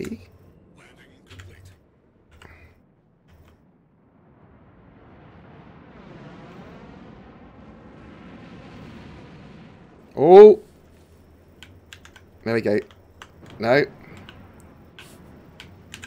Forgot that I didn't have my settings on properly. There we go. There we go. So let's have a look at the actual cockpit.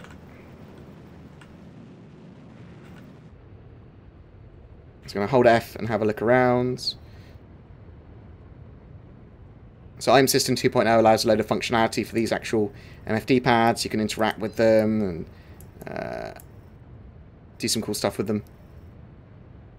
It's not fully implemented though. We can change the screens to do different functions and have different displays on them.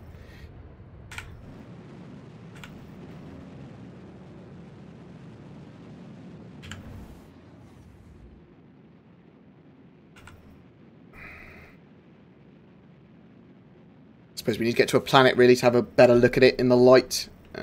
Let's try again. We'll try one more time to get to a planet or a moon. Let's go to yellow.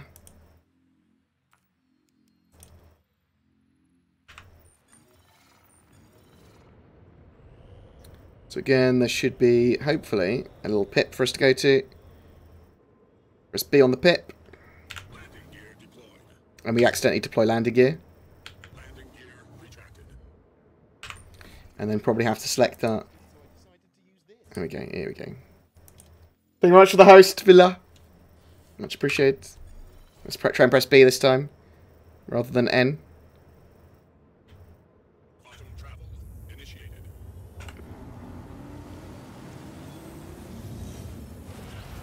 Your quantum travel effects are pretty.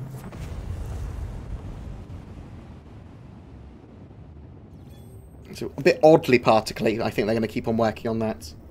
I'm using an A700K. I've got quite a beastly PC. We don't know when the Hawk's coming out of concept. We will know more about the Hawk's timeline when we see the FAQ later this week. Actually, let's actually show the... So these are the asteroid rings around Yellow now, which is pretty cool. So 3.0 is significantly prettier than previously, which is pretty impressive, seeing it's pretty before.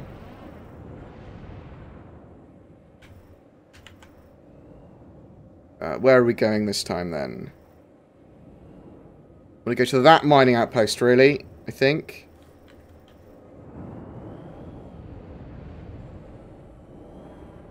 This is a mining outpost close to us. No, so we're going to go to here. No? Why?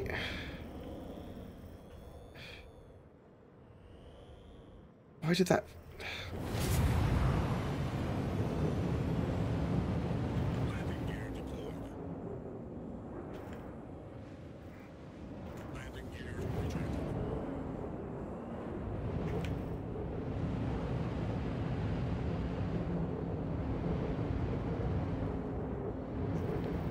What I'm looking to do here is go to one of the quantum travel points. And I thought maybe I've got slightly too close or something.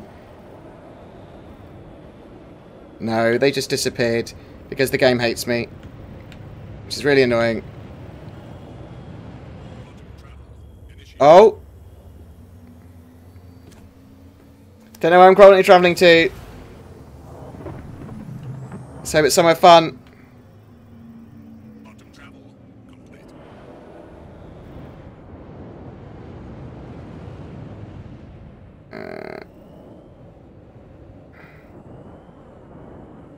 Okay, well, this is where we're going.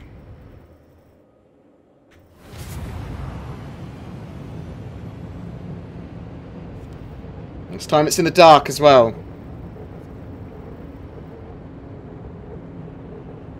You can see the text on the HUD's a little bit out of sync and phase as well. I love the Vanguard. I think it's a great ship. A lot of people were worried about them as well.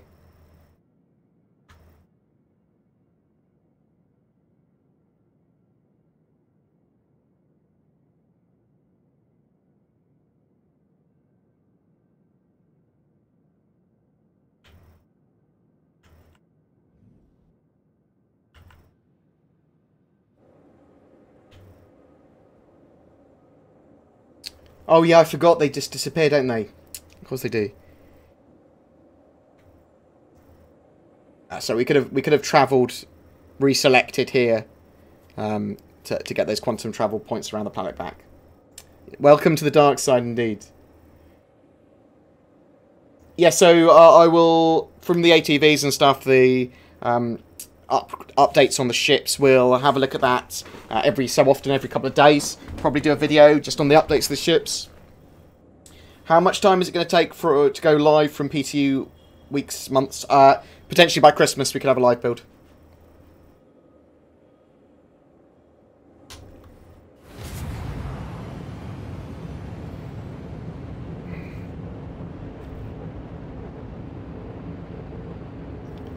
Probably the Hawk will probably go up in price once it gets close, or once it goes flyable. If you, Jade, it depends whether you want a Banu Merchantman or a Carrack. They're two different ships. If you want to do cargo stuff, then go for the Banu. If you want to do exploration or multi-role stuff, then go for the Carrack.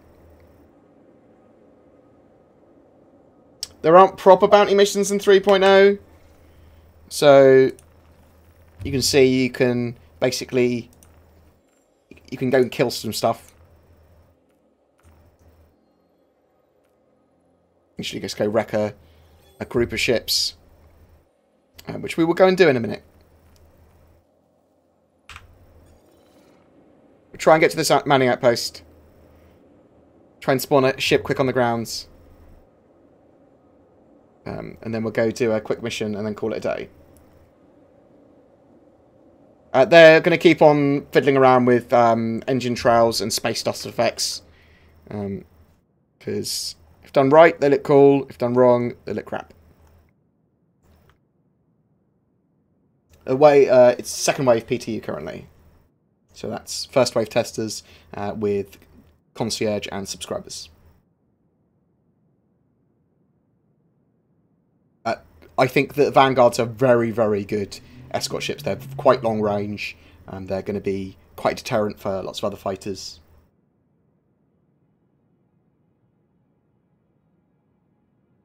Oh, I've just seen some Danish crowns, or krona, Danish crowns. Thank you very much for the donation, much appreciated. I can't see what the question is or what the message is. I'm sure I will in a second. Need to get Star Citizen working in borderless window mode so I can have more control over my stream. You can see it's quite pretty the way it does the stuff around the planets. See, there's the mountains and everything is actually there and visitable. We should be getting pretty close, and we are. How's my fuel? We got fuel. We're good. Got more fuel in this ship.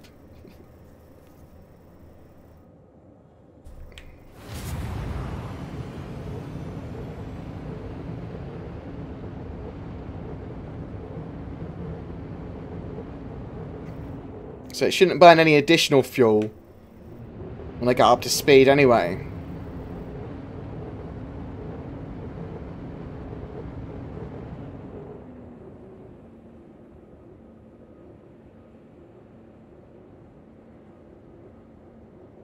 Well, I alt tab to get to the quick. Oh, okay, okay.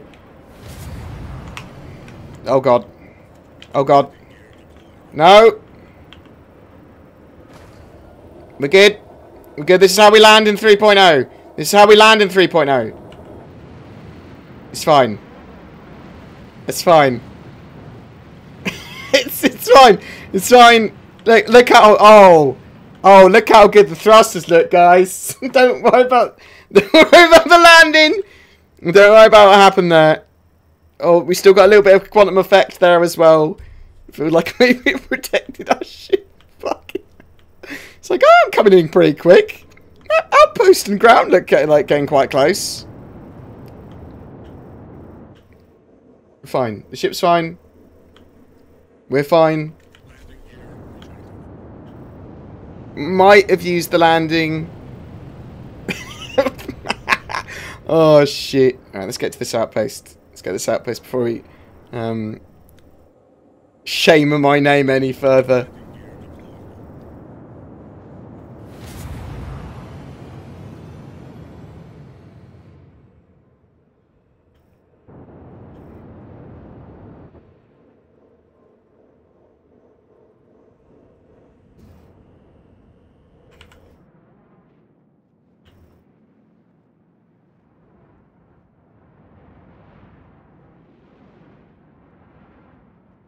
Oh, this might not actually have the landing pads I want. We can at least have a look around. So a load of these are tied to missions that you'd come here for. Engines offline. Landing complete.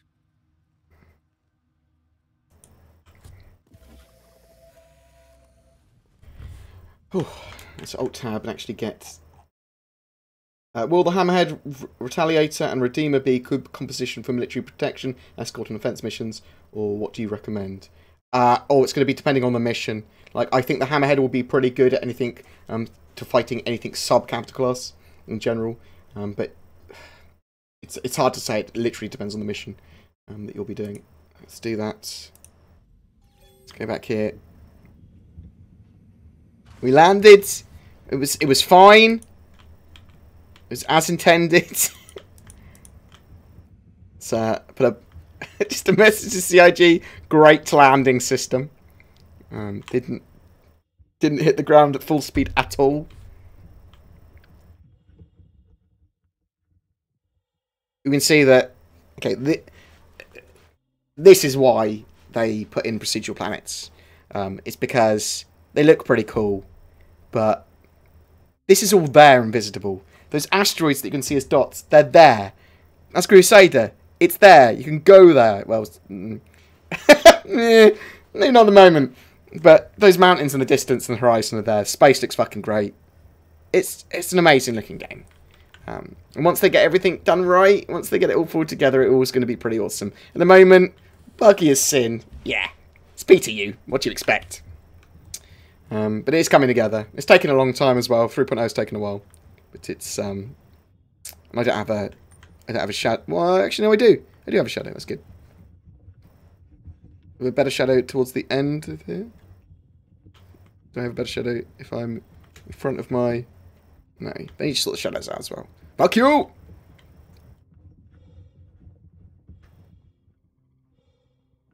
Oh, it's absolutely blinding, that sun. So I certainly haven't visited all the outposts yet. So normally the mining outposts that I've seen have landing pads on and the ability to spawn vehicles. Obviously that's not the case with this one. This is a smaller one. And in the future these will be actual functional things. So these will be extractors probably. These will be... These oxygen generators? Are these power plants? I don't know what the fuck these are. I don't know what anything is. Don't even cover Star Citizen. What are you talking about?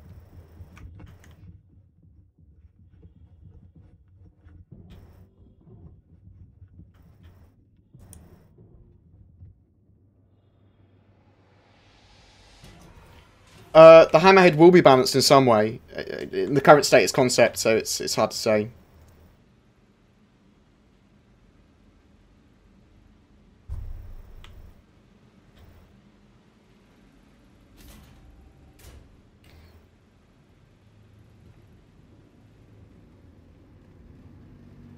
So these will actually have functions and operable consoles in the future. Thank you very much, Triton. Subiversary, woo! Thank you very much for the sub, very much appreciated. We are going to start to do gameplay with lots of other content creators and stuff as well in the future. Just give me time to... Probably... Oh, there's so much to catch up on. It was such an odd time to go on holiday with this coming out as well.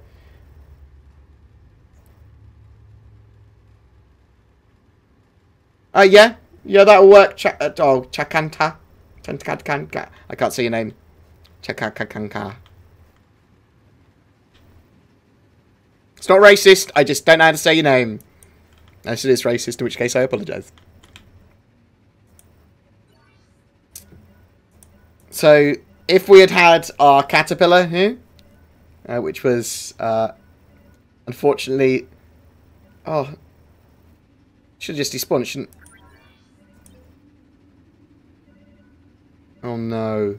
So we can basically buy and sell here. But my caterpillar that we spawned goods into earlier and the other server seems to have disappeared and gone walkies. Maybe it's persistent outside. Yeah, that's what it's going to be. It's going to literally be chilling out. Oh, it should have been taken back in. Well, fuck. But the idea is that each of these consoles and trade stations will trade in different commodities, only buy certain ones, only sell certain ones. So, what's outside? What ship did I bring? Oh, nothing that will be able to take cargo. Which is annoying.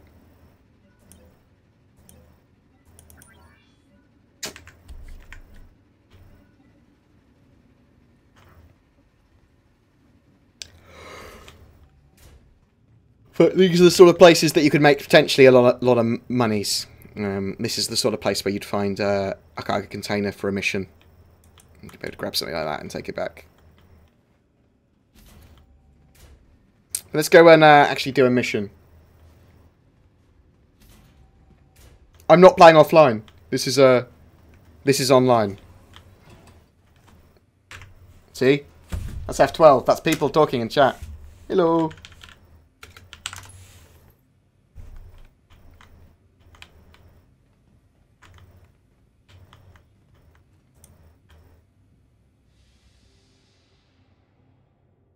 Yeah, so they do need to implement hangars properly in the game. I don't know when. I doubt that's going to be a 3.1 thing, because they'll want to integrate them properly into the persistent universe.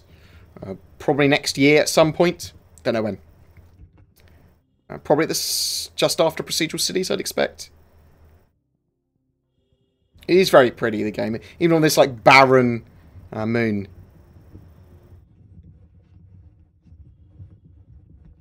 It's the FPS is erratic in the PTU, so sometimes I'll get good FPS. It's not the best; it's just not awful. They keep on patching it and stuff. I've always had relatively good performance in Star Citizen compared to other people, it seems as well. Might be the time of day I play.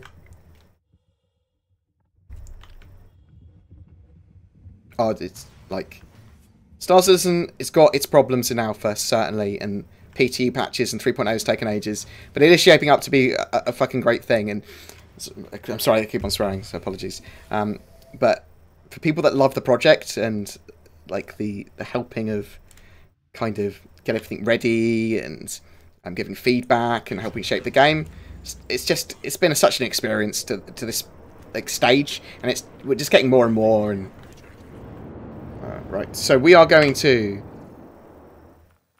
about these missions.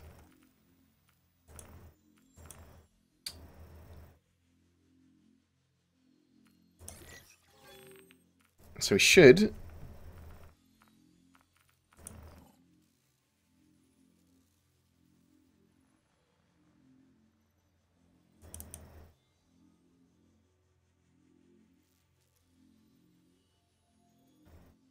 should see that.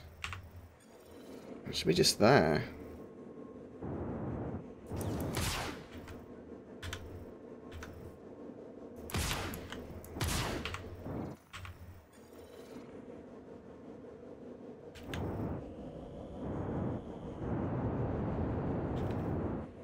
No.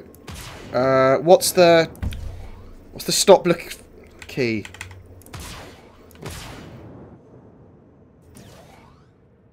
I don't know how I'm looking outside of my ship. I don't know what the hotkey is. Fuck.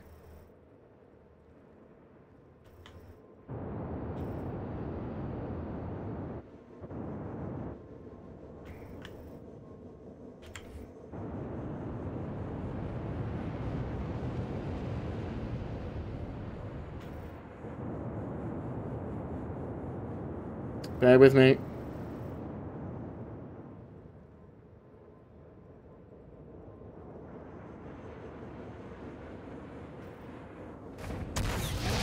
No. That's fine. Probably didn't need that part of the ship anyway.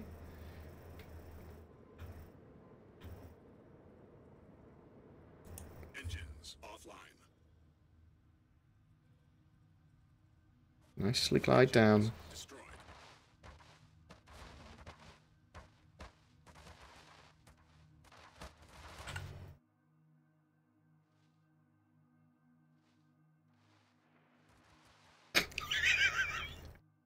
This isn't what I wanted to happen.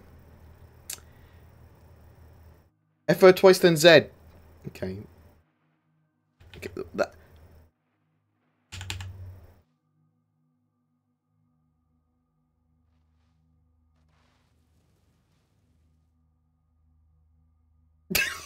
I mean, I could have looked at chat, couldn't I?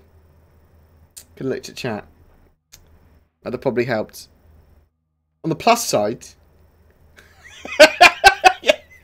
Thank you. I actually wanted to show skiing. That's why I wanted to show some gameplay you could have on moons. So... Well, I would turn on the engines. But they're destroyed. On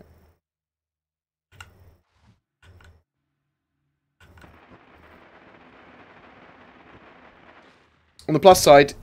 Landing complete. Thanks. Complete. Landing complete. Oh, no.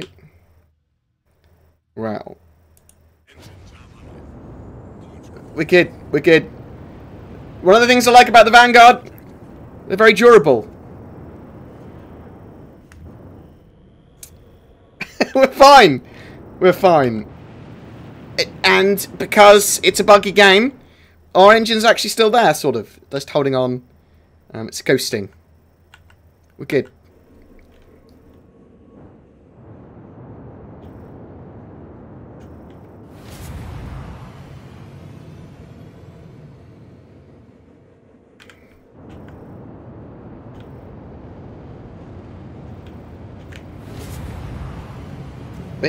It's fine.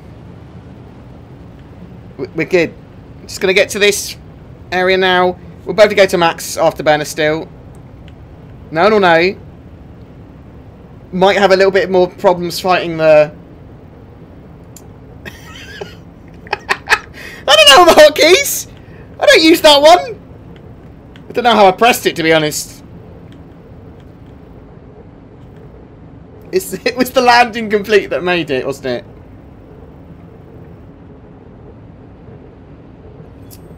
Hour and 45 minutes. Contract failed? It's fine, it's fine. It's fine, we'll just get another one. No, backspace. I want to combat one.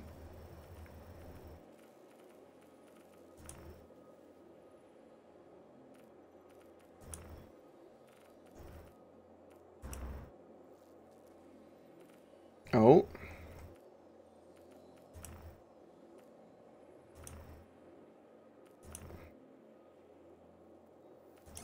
Right, we're going to go repair a comm relay, because we haven't done that before.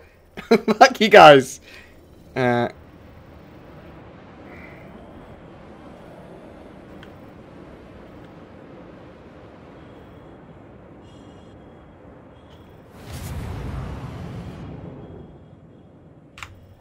Do I need to set... I thought I could just quantum travel straight there. I swear that's how it worked before. Tricksy little hobbitses. And is the comm relay?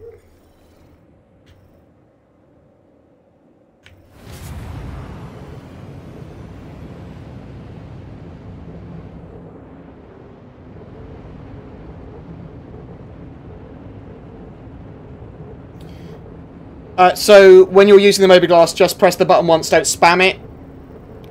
Lots of the servers can be pretty fucked. I apologise for anyone that's like, how is he getting such good performance in his server and he's wasting it by crashing his ship and not working out the buttons. Oh yeah, we can go to Crash Joe, but I haven't got any money, so we can't repair. I spent it all on the Caterpillar from earlier, from the server that crashed.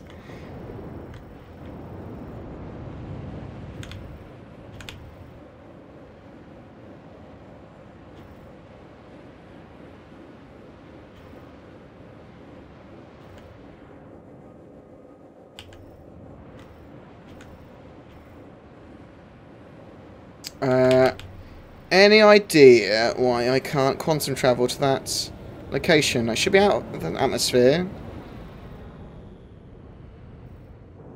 Oh, we're having problems with quantum travel earlier, weren't we? Oh, no. Thanks very much for the raid, Twerk. Appreciate it. Twerk 17 sends his regards. Thanks. I'm looking at you. I'm looking at you in chat. I can see.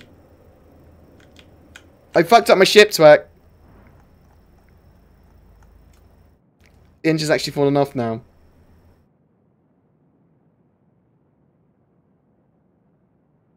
And I'm the worst.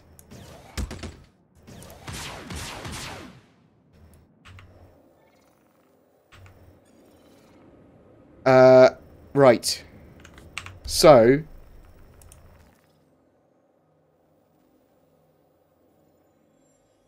why can't I quantum travel to that?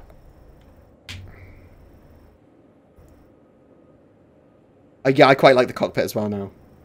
Does anyone have any idea why I can't quantum travel to this repair uplink? Is it because maybe I don't know, maybe I broke too much of my ship? Yeah, the destination should already be set.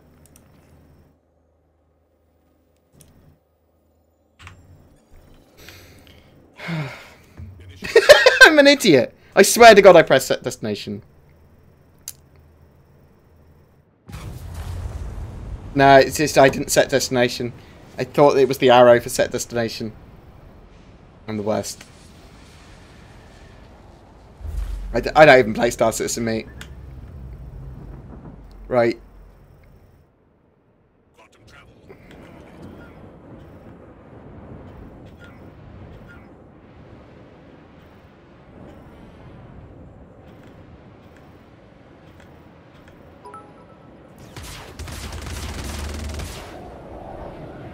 I haven't changed the sensitivity of my mouse. It's going to cause some problems.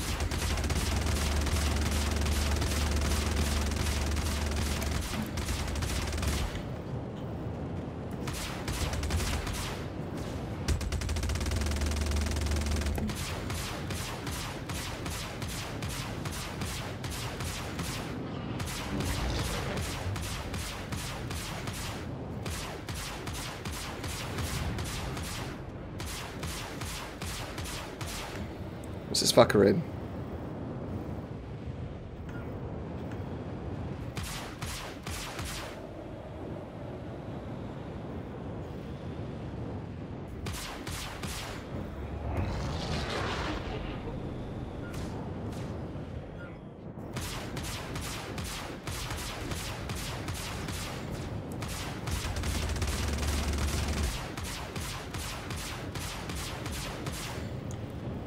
Fucking hell. Thought it was easier to fight in the Vanguard than it apparently is.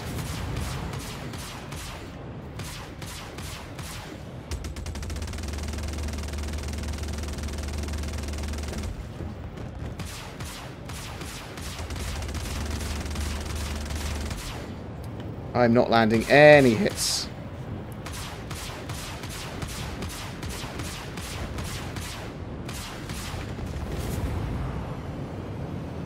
Right.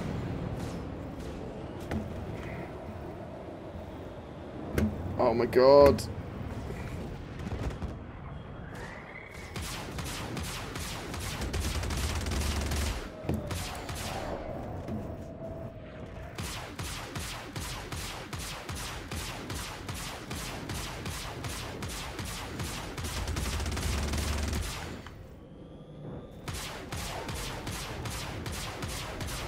Student bastard players die! Oh my god. I'm blacking out in my broken ass Vanguard.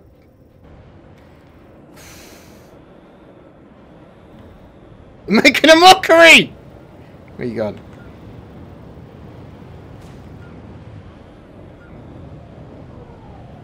It's okay, it's okay. It's okay.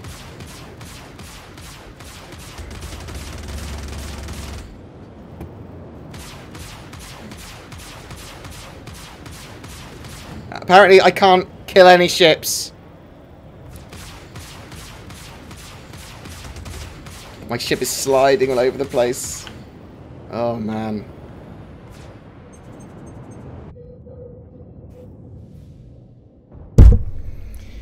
The shame. The shame. Every time I turn, I black out. Oh, no. No, no, stop blacking out.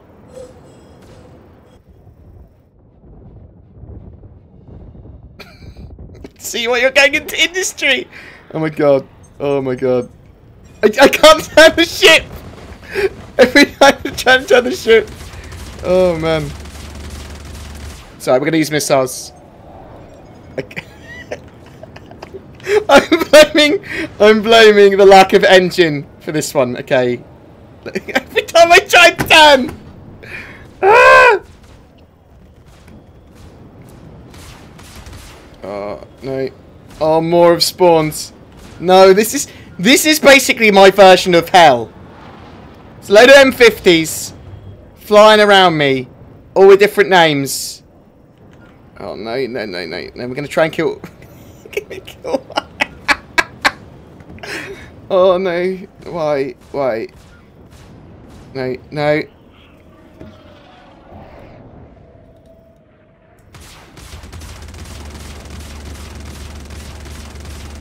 It's so hard to aim with that busted engine.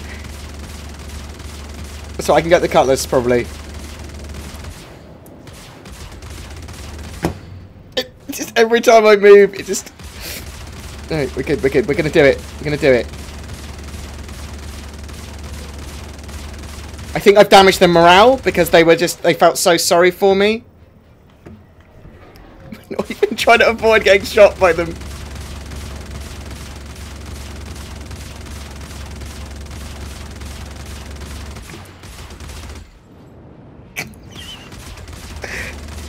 Come on!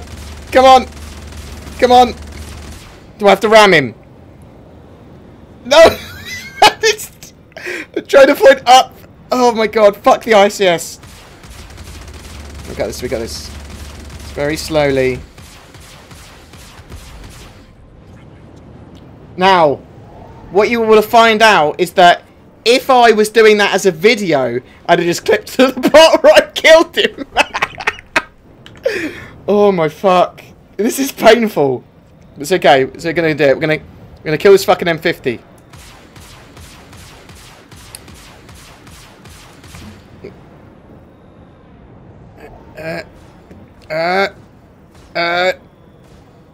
It's fine. It's fine.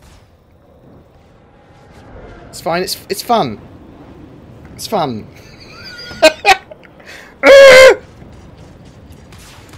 We're gonna get it. They're gonna be fine. We killed a cutlass, eh? We've run out of ammo, so we're probably at a net loss. I can't turn. I can't turn properly. Oh. Oh my god. Firing the gun gives so much recoil.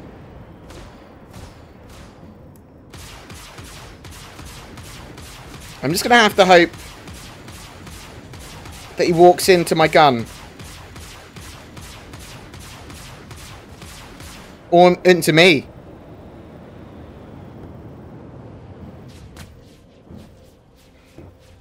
It's not fair. It's not fair if you shoot back. You little bloody little nut. It's okay. It's okay.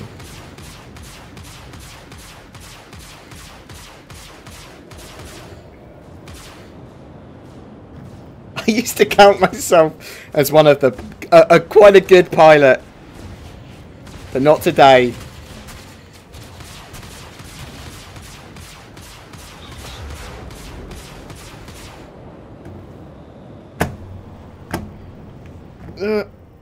Right. Just feel sorry for me. Just feel sorry for me.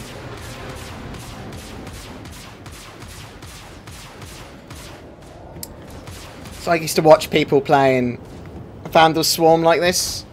Just, oh my god. Oh my god. I can't handle it anymore. Come here. Come here, you little bastard.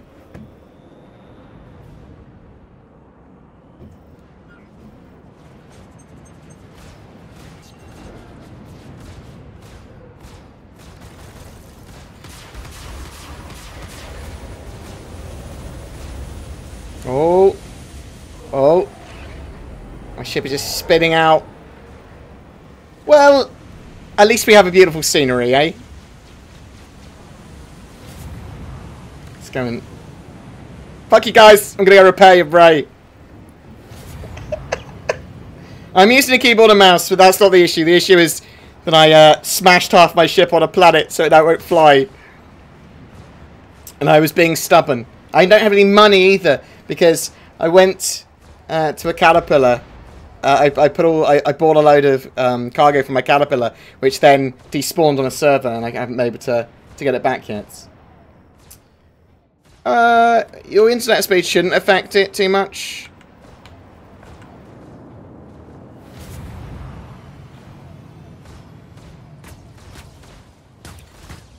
Fuck you!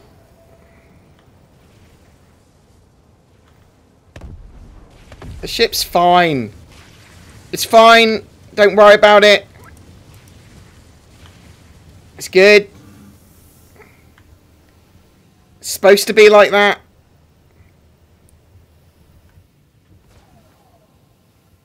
That's. See, I can barely see any fires. It's fine. It's fine. Just clip that fight. It'll be fine. G. Use G on the keyboard and mouse.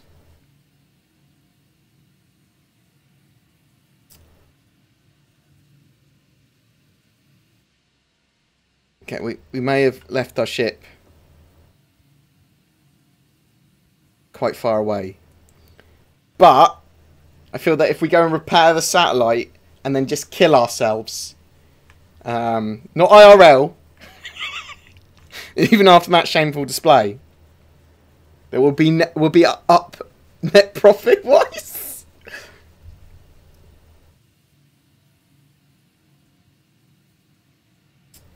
The Vanguard is really sturdy in 3.0. Really sturdy. It's like it's got a load of health, and it does fly alright. It's not very good against M50s, but the style fighters like Super and stuff, it's pretty good against, and it's very good against if you get the first strike in. It's very durable. There, obviously, one of the engines was off my ship, and it was a lot of damage to it. So I just couldn't aim. It's like watching the Black Knight. It's just invisible scratch. Oh.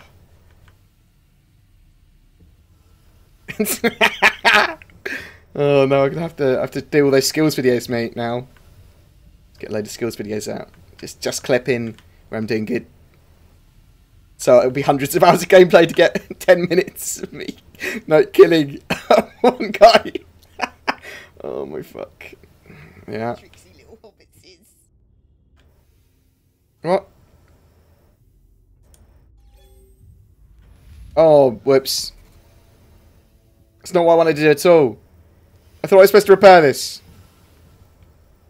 Whoops. Well, I think that's just a perfect end to a perfect stream.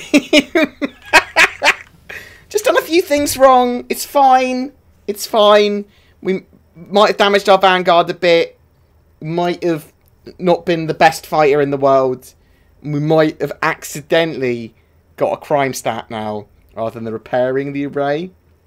But, on the plus side, as Mark Abbott said, it's a very beautiful scenery. I know I'm evil. Oh. I take the mission now, select online. Oh shit. That's a good point. No, that's the wrong button. Can we do that? No, it won't let me. It won't let me do that.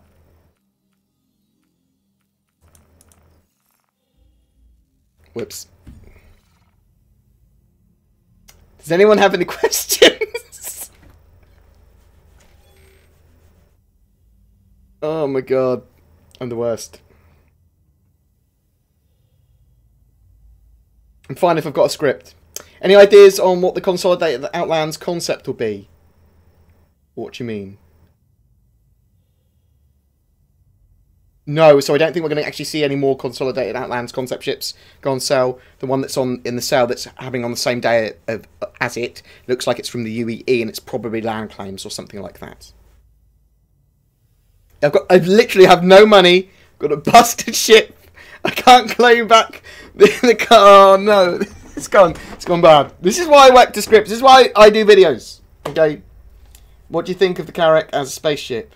Any ideas? Will you be able to change the cargo pods on the Carrack 2? It should have some modularity. We just don't know how much. It's going to be great for exploration. It's top tier exploration. If you want it for something other than that, then possibly consider a different ship.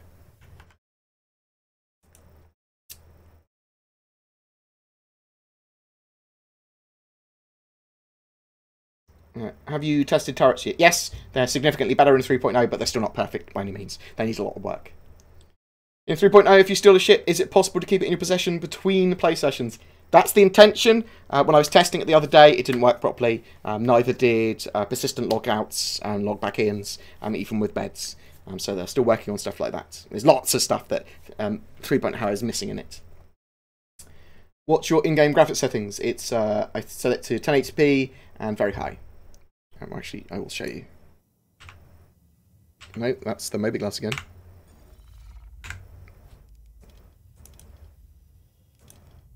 So 1080p, typically I'd have it on 1440p, but not for the stream. Sharpening on 40% and chromatic aberration on 25. There's loads of stuff they need to do with the HUDs and graphic settings as well to make it look better. Lots it looks a bit fuzzy. Thank you very much, Captain Kim. I am going to stop streaming in a minute. As the shame has made me hungry. Do you think the Starfarer can refuel itself? Yes, it will be able to effectively refuel itself. It will be able to refine fuel and use it. Now that we have the Hawk, Stalker, and Blue, which do you think will be the best for bounty hunting?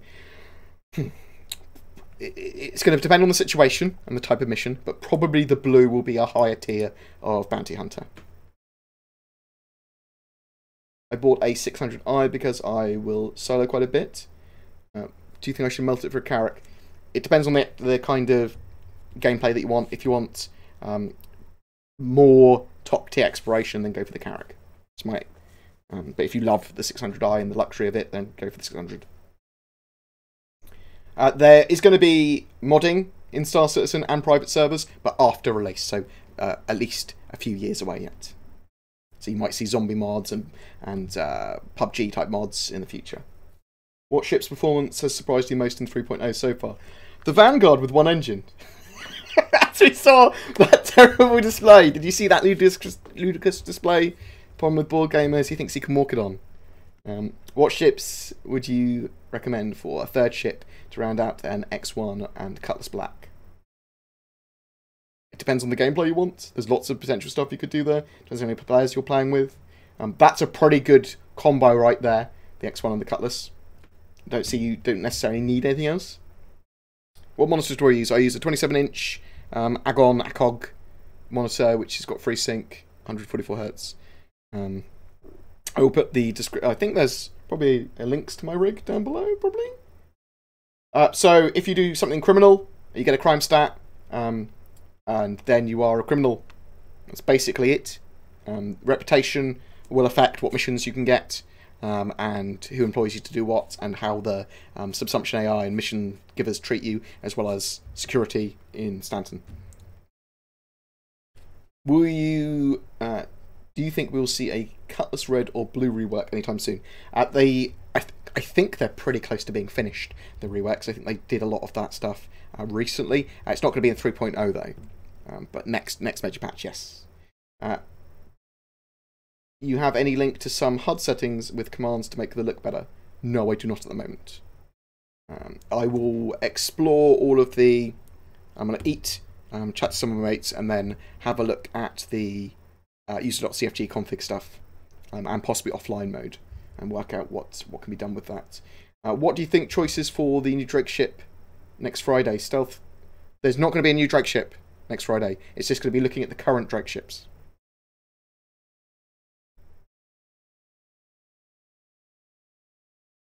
Do you think there will be some sort of static mounting to replace the flash fire mount? Probably not, but there will be some proprietary stuff probably that it can use instead. It probably won't be the flash fire mount though. The idea with the new turrets and stuff is that turrets are locked to the hulls of ships. So you have a turret, and you might be able to replace it with other turrets, but it's just for that hull of a ship. Have you used the Dragonfly Nox in game? Yes. The Gravlev stuff doesn't handle very well at all. It's very hard to fly. You have to point its nose up. It's quite buggy. It will flip and spin. It will fly. It will do weird shit. So they need to work on them. I wanted to show them earlier, but I wasn't able. Do you think there will be special suit stuff with heating or insulation to make you handle snow environment for longer? Yes, and there will definitely be different suits and different gear that you can use that will be better for certain environments. So whether that be whether that be thingamajigs, snow, or hot planets, or deserts, or acid planets, or electrical stuff, whatever. And then let's click off this for now. Okay. If we get to play together in the verse, can I pilot? Yes. I'm actually not. I'm not awful at combat. I'm not an awful pilot, honestly. Like, I will show off that I'm okay. I'm pretty good at combat in the Sabre and the Super Hornet and stuff. I am okay in the Vanguard as well, even though it's not the best for hunting M50s. When there's both engines there and the ship's not damaged, honestly, I'm good. I'm fine. I'm fine. Just got to carry how many months until I can see what it looks like inside. In 2018, at some point, it should be flyable. You'll see more and more about it.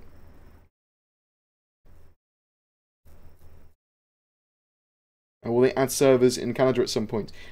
So with the Amazon Web Services kind of areas that they cover, yeah, you should be able to get some better ones in your area at some point. When the server meshing and stuff's there, the idea is that it will automatically select servers for you. So I'm not sure in the short term whether you're going to be able to have a selectable Canada server, which is obviously more useful than what you want it for. I don't know. You can use the old use.cfgs files, but they might not be the best. You can certainly create your own still from the guide. Obviously, there are more graphics there's more graphics options in general now. Do you think we will see the updated version of the Mustang series this week? We'll see more of it. Yeah, we'll definitely see some more of the updated Mustangs with the consolidated Outland stuff this week. Yes.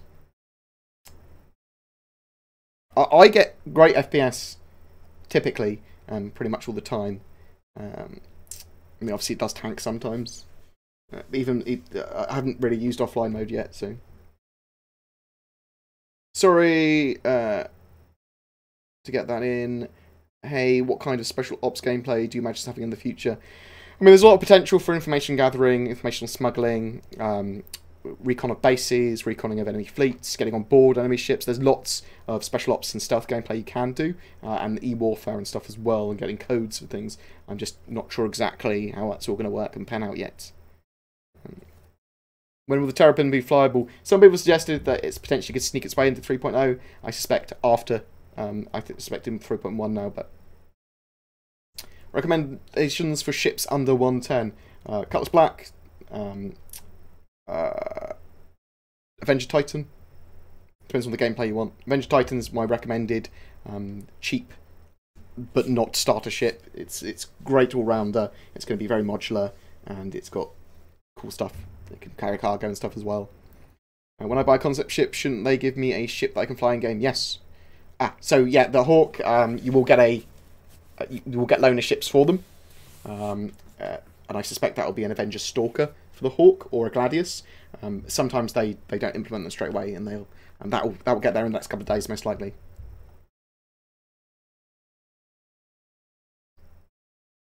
Will there be Street and Arc Corp that would be allowed for the driving of ground vehicles? Potentially. I suspect they don't want people to crash around in vehicles either. There'll be probably public transport. There might be road networks outside of cities. Maybe. Do you think we'll see the Polaris on sale? Yes. Would RX Vega GPU be good to play at this game? 1440p? Probably. As long as you've got a solid processor as well. I don't have much experience with the Vegas, but I think they're pretty good. So. Yeah, we should see news on the Crucible as well pretty soon. There's lots of stuff that we'll see relatively soon. Lots of that stuff will be seen during the anniversary stuff, but obviously like the Crucible and things, probably not so much until an ATV or two's time, a few weeks.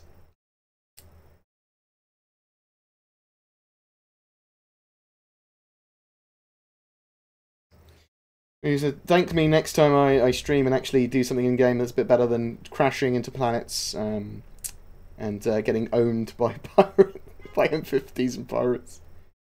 Right, what happened to Astro Arena? That sort of stuff will get there in the future. I think there was a problem with Ilphonic building stuff to the wrong spec, and that's why they had to redo Star Marine, and basically that's why we don't have Astro Arena. But probably get there in the future. We'll be able to name our ships in the future. Yep, I believe so. Cryptic Power Gaming HD, thank you very much for the sub. Will you be able to buy land claims with in-game money? Yes, which is why I'm annoyed if they are going to sell land claims for IRL money, which is potential, because that's what it looks like they're going to do on that sell thing. Then we'll have to see exactly how they're going to do it, otherwise it might annoy me. What do you think the best potential upgrade from Avenger Titan for a solo all-rounder? Colours Black, maybe?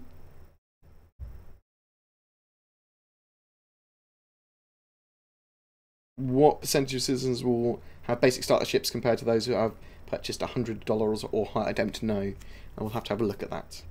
How will the cargo on a Hull series be locked from stealing? You'll have to get into the ship to release it. Just be literally locked in place. You have to get on board the ship and remove it. You could probably remove it with a hand tool. You could probably blow it off if you didn't want to go on board. Do you think there was room for a Dragonfly in a Cutlass Blue? Yes, I do. It's packed down as should be. You should feel dirty now, Moomesha. You're filthy. I don't think it's going to be a Consolidated Outlands classified ship. I think it's going to be a land claim. That's what it looks like, so let me show you.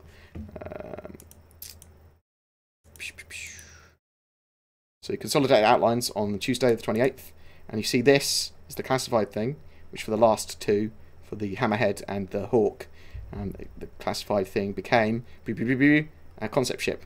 You can see the logo, and the logo doesn't look like the Consolidated Outlands logo, it looks like the UEE logo, which means it's probably a UEE estate or land claim. Because you can't see a ship here, can you? It's like a giant fucking thing. I love the Hammerhead. I think it's a great ship. It's probably my favourite, almost capital class ship. It's I love the idea of a proper gunship. I think it's thrifty because you can just pay for energy weapons all over it. You don't have to use the torpedoes the Polaris Corvette does. I mean, it is a large ship. It's not not Corvette sized, but it's getting there. Will we be able to buy virtual dirt with real money? Well, that's it, isn't it? It's like maybe we will be able to in this sale. But we will talk about that if and when they do it. Is it still a thing that year-long subs will get their name in the verse somewhere?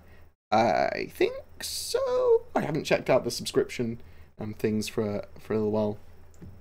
Right, so we are going to go host someone else in a second. Let's actually see who's online.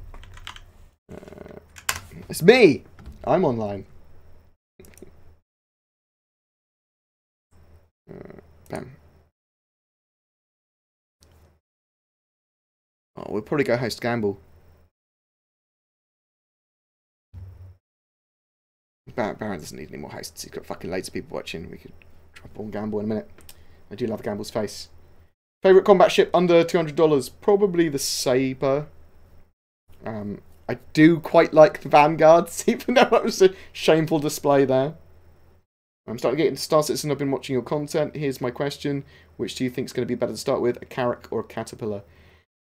Caterpillar's probably got more, like, significantly more versatility. Depends on what the gameplay you want. Again, like Caterpillar, very modular, great for cargo hauling.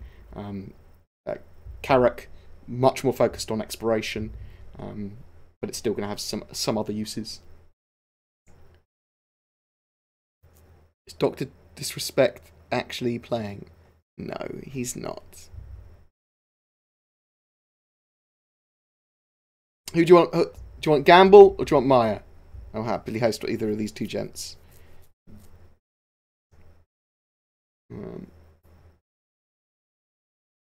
Group raid me from me, Boredception. Fuck yeah. Yeah, it could potentially be some other form of UE land claimy type ticket or something that's not necessarily an actual land claim, maybe. Yes, you can set your weapons to alternately fire in 3.0, yes.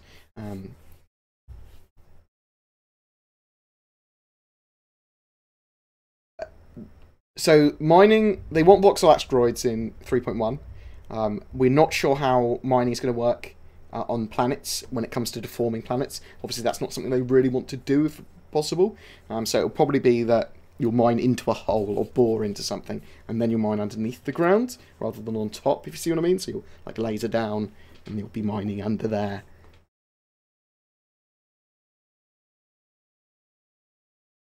I became a concierge member for the sole purpose of being able to squash my poorer fellow citizens. How long will this advantage last? I'm not sure what you mean by how the advantage lasts for what.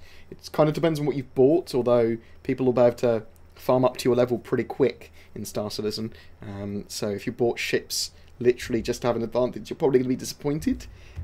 You'll have a couple of weeks, probably up to a couple of weeks of in PTUs and stuff like that, typically, before they release it to the next wave, although I suspect they want to get out to wave 3 as soon as possible with this one. So we will... Oh, there's a lot of love for both Maya and Gamble, but it'll probably be Maya then. Lots of Maya love. At some point we'll be able to go in underwater, but not for 3.0. Could you elaborate on the alternative fire answer? Yeah, so there's a mode so you can actually fire your weapons alternately.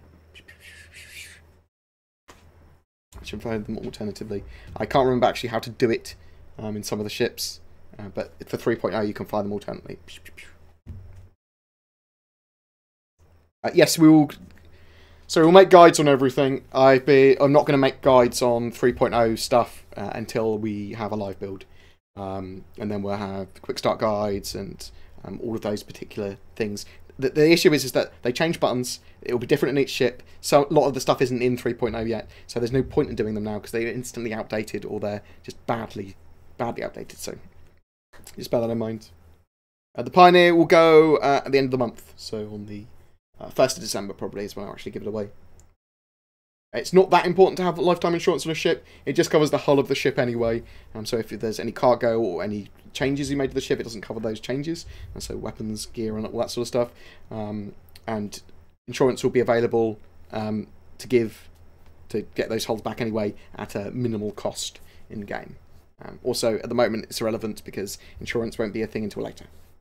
And then even if you lose them, it's not going to really make any difference even if you do lose them during testing, because you'll get them back every patch and everything anyway, or better, whatever. But the live build is that's when it matters. People are more than welcome to email me at stream@boredgamer.co.uk for any suggestions for content, for things you want to see, whether that be on stream or for guides or whatever. Any plans for your own Star Citizen podcast? Redacted was good, but I haven't seen you in an episode for a while. I will be on the Redacted podcast on Wednesday. This Wednesday. I may do my own podcast in the future. Obviously, I want to cover lots of Star Citizen news and that sort of stuff. Azrael, I'll look at your message in a minute. Bored.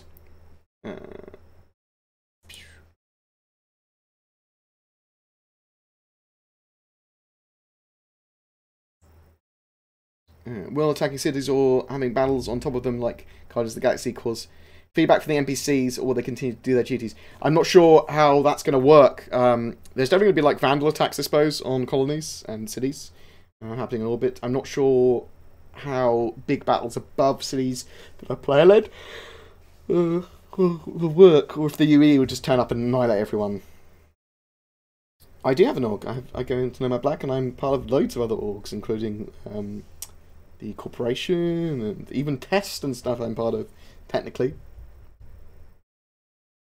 I don't know when the 300 series is due to finish its rework, no. I know they're working on it. What's your opinion on faceware? I think faceware's cool. I think it's unnecessary to have FOIP but it's cool and definitely adds to the immersion of the game. And playing lots of VR stuff, I've noticed that immersion is really important. So there is that. I'll only buy a faceware camera myself to test it for content, but you're going to be able to use faceware and VoIP and all that sort of stuff on just your normal webcam and on your normal microphones and stuff. So yes, the turrets are better in 3.0, but you still have a long way to go. The Gemini can collect fuel, yes. It has a switchable missile pod or fuel collection device. We'll see more Vandal ships and lots of the big capital ships in the holiday livestream in December. I don't really celebrate Thanksgiving much.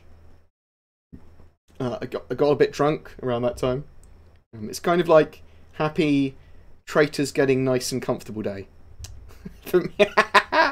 Have you already told us about how to check smaller giveaways? You did. There links. I'm not sure if there are links in the stream, but there should be links below. The videos, especially with the rules of the thing, and links to the Reddit and stuff where they're all tracked, so you'll be able to see previous giveaways on the redacted forums or on the or on my personal Reddit. Do you have a referral code? I've decided to sign up. There should be an enlist button below, or a join Star Citizen here button, which will go through my referral randomizer for myself and my patrons. Does the Gladius have a size 3 weapon? Yes, it has a new cockpit in 3.0, and it has two size 3 weapons on its wings, and technically the nose gimbal is a size 3 as well, although it has a size 2 gimbaled. Now that you're a criminal, is Korea still a place to hack your crime stat in 3.0? I haven't actually checked that out. There's a lot of stuff in 3.0 I still haven't done, like at all. I've been too busy exploring planets, messing around with the mission system, and trying to break things. I'm an odd type of tester where I will try and download the game in different ways to try and break it. I will try and bug out my mobiGlass or glitch through walls and stuff. So with either kite testing, I'm not too interested in actually trying to complete full objectives of stuff, more doing weird edge cases. So I enjoy doing. Yes, Vulkan and should replace DirectX 12. It's potentially as well, they've said that DirectX 12 will be in there as well. So DirectX 11 will get replaced by Vulkan, but potentially DirectX 12 will be there as well. I would get an Mustang Alpha as your first ship, just as a starter package, and then if you desperately want more, then upgrade it to a Titan. Does the Evocati have a different build than the PTU Assassin's? Not at the moment, everyone's in the same build, but previously they had an earlier patch version. Right. Thank you very much for joining me on the stream. Love you guys' faces. I'll add all of the other money that came through the YouTubes onto the actual donation goal, because I will try and get the Hammerhead and Hawk with donation money if possible. But I love you guys. Thank you very much for joining me. I hope you enjoyed me fucking around in 3.0. I promise next time to try hard and try strong and try true. Probably fly for Sabre if it doesn't crash. Yes, the turrets are working a lot better in 3.0. I love you guys. Thank you very much. You take care. We're going to go host Mayaru. Oh, no, that's not how I host Maya anymore, is it? No. So we're going to go as this guy. And we're going to go to my thing. Then we're going to do the raidy thing. The raid. So / raid Maya. Yes.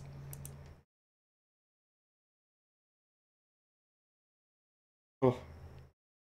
Thank you very much. I will. I'm going to go eat, and then I'm going to do some stuff with the CFGs and mess around with them. And then I'm probably going to chill out on the PTU and do some actual stuff, and then get some ideas for content. We will look at all of the ship updates and stuff as well in the future. Oh, Saurus! I love you, Saurus. I'm Saurus. I'm raiding Maya. It's like a chain. I love you. I love you though. We're going.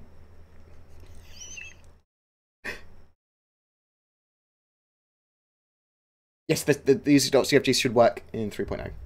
Yeah, and I'm going to be updating them soon. Love you. I'm sorry that you're stuck in quantum travel. I'll see you guys soon. I love you. The best. Bye.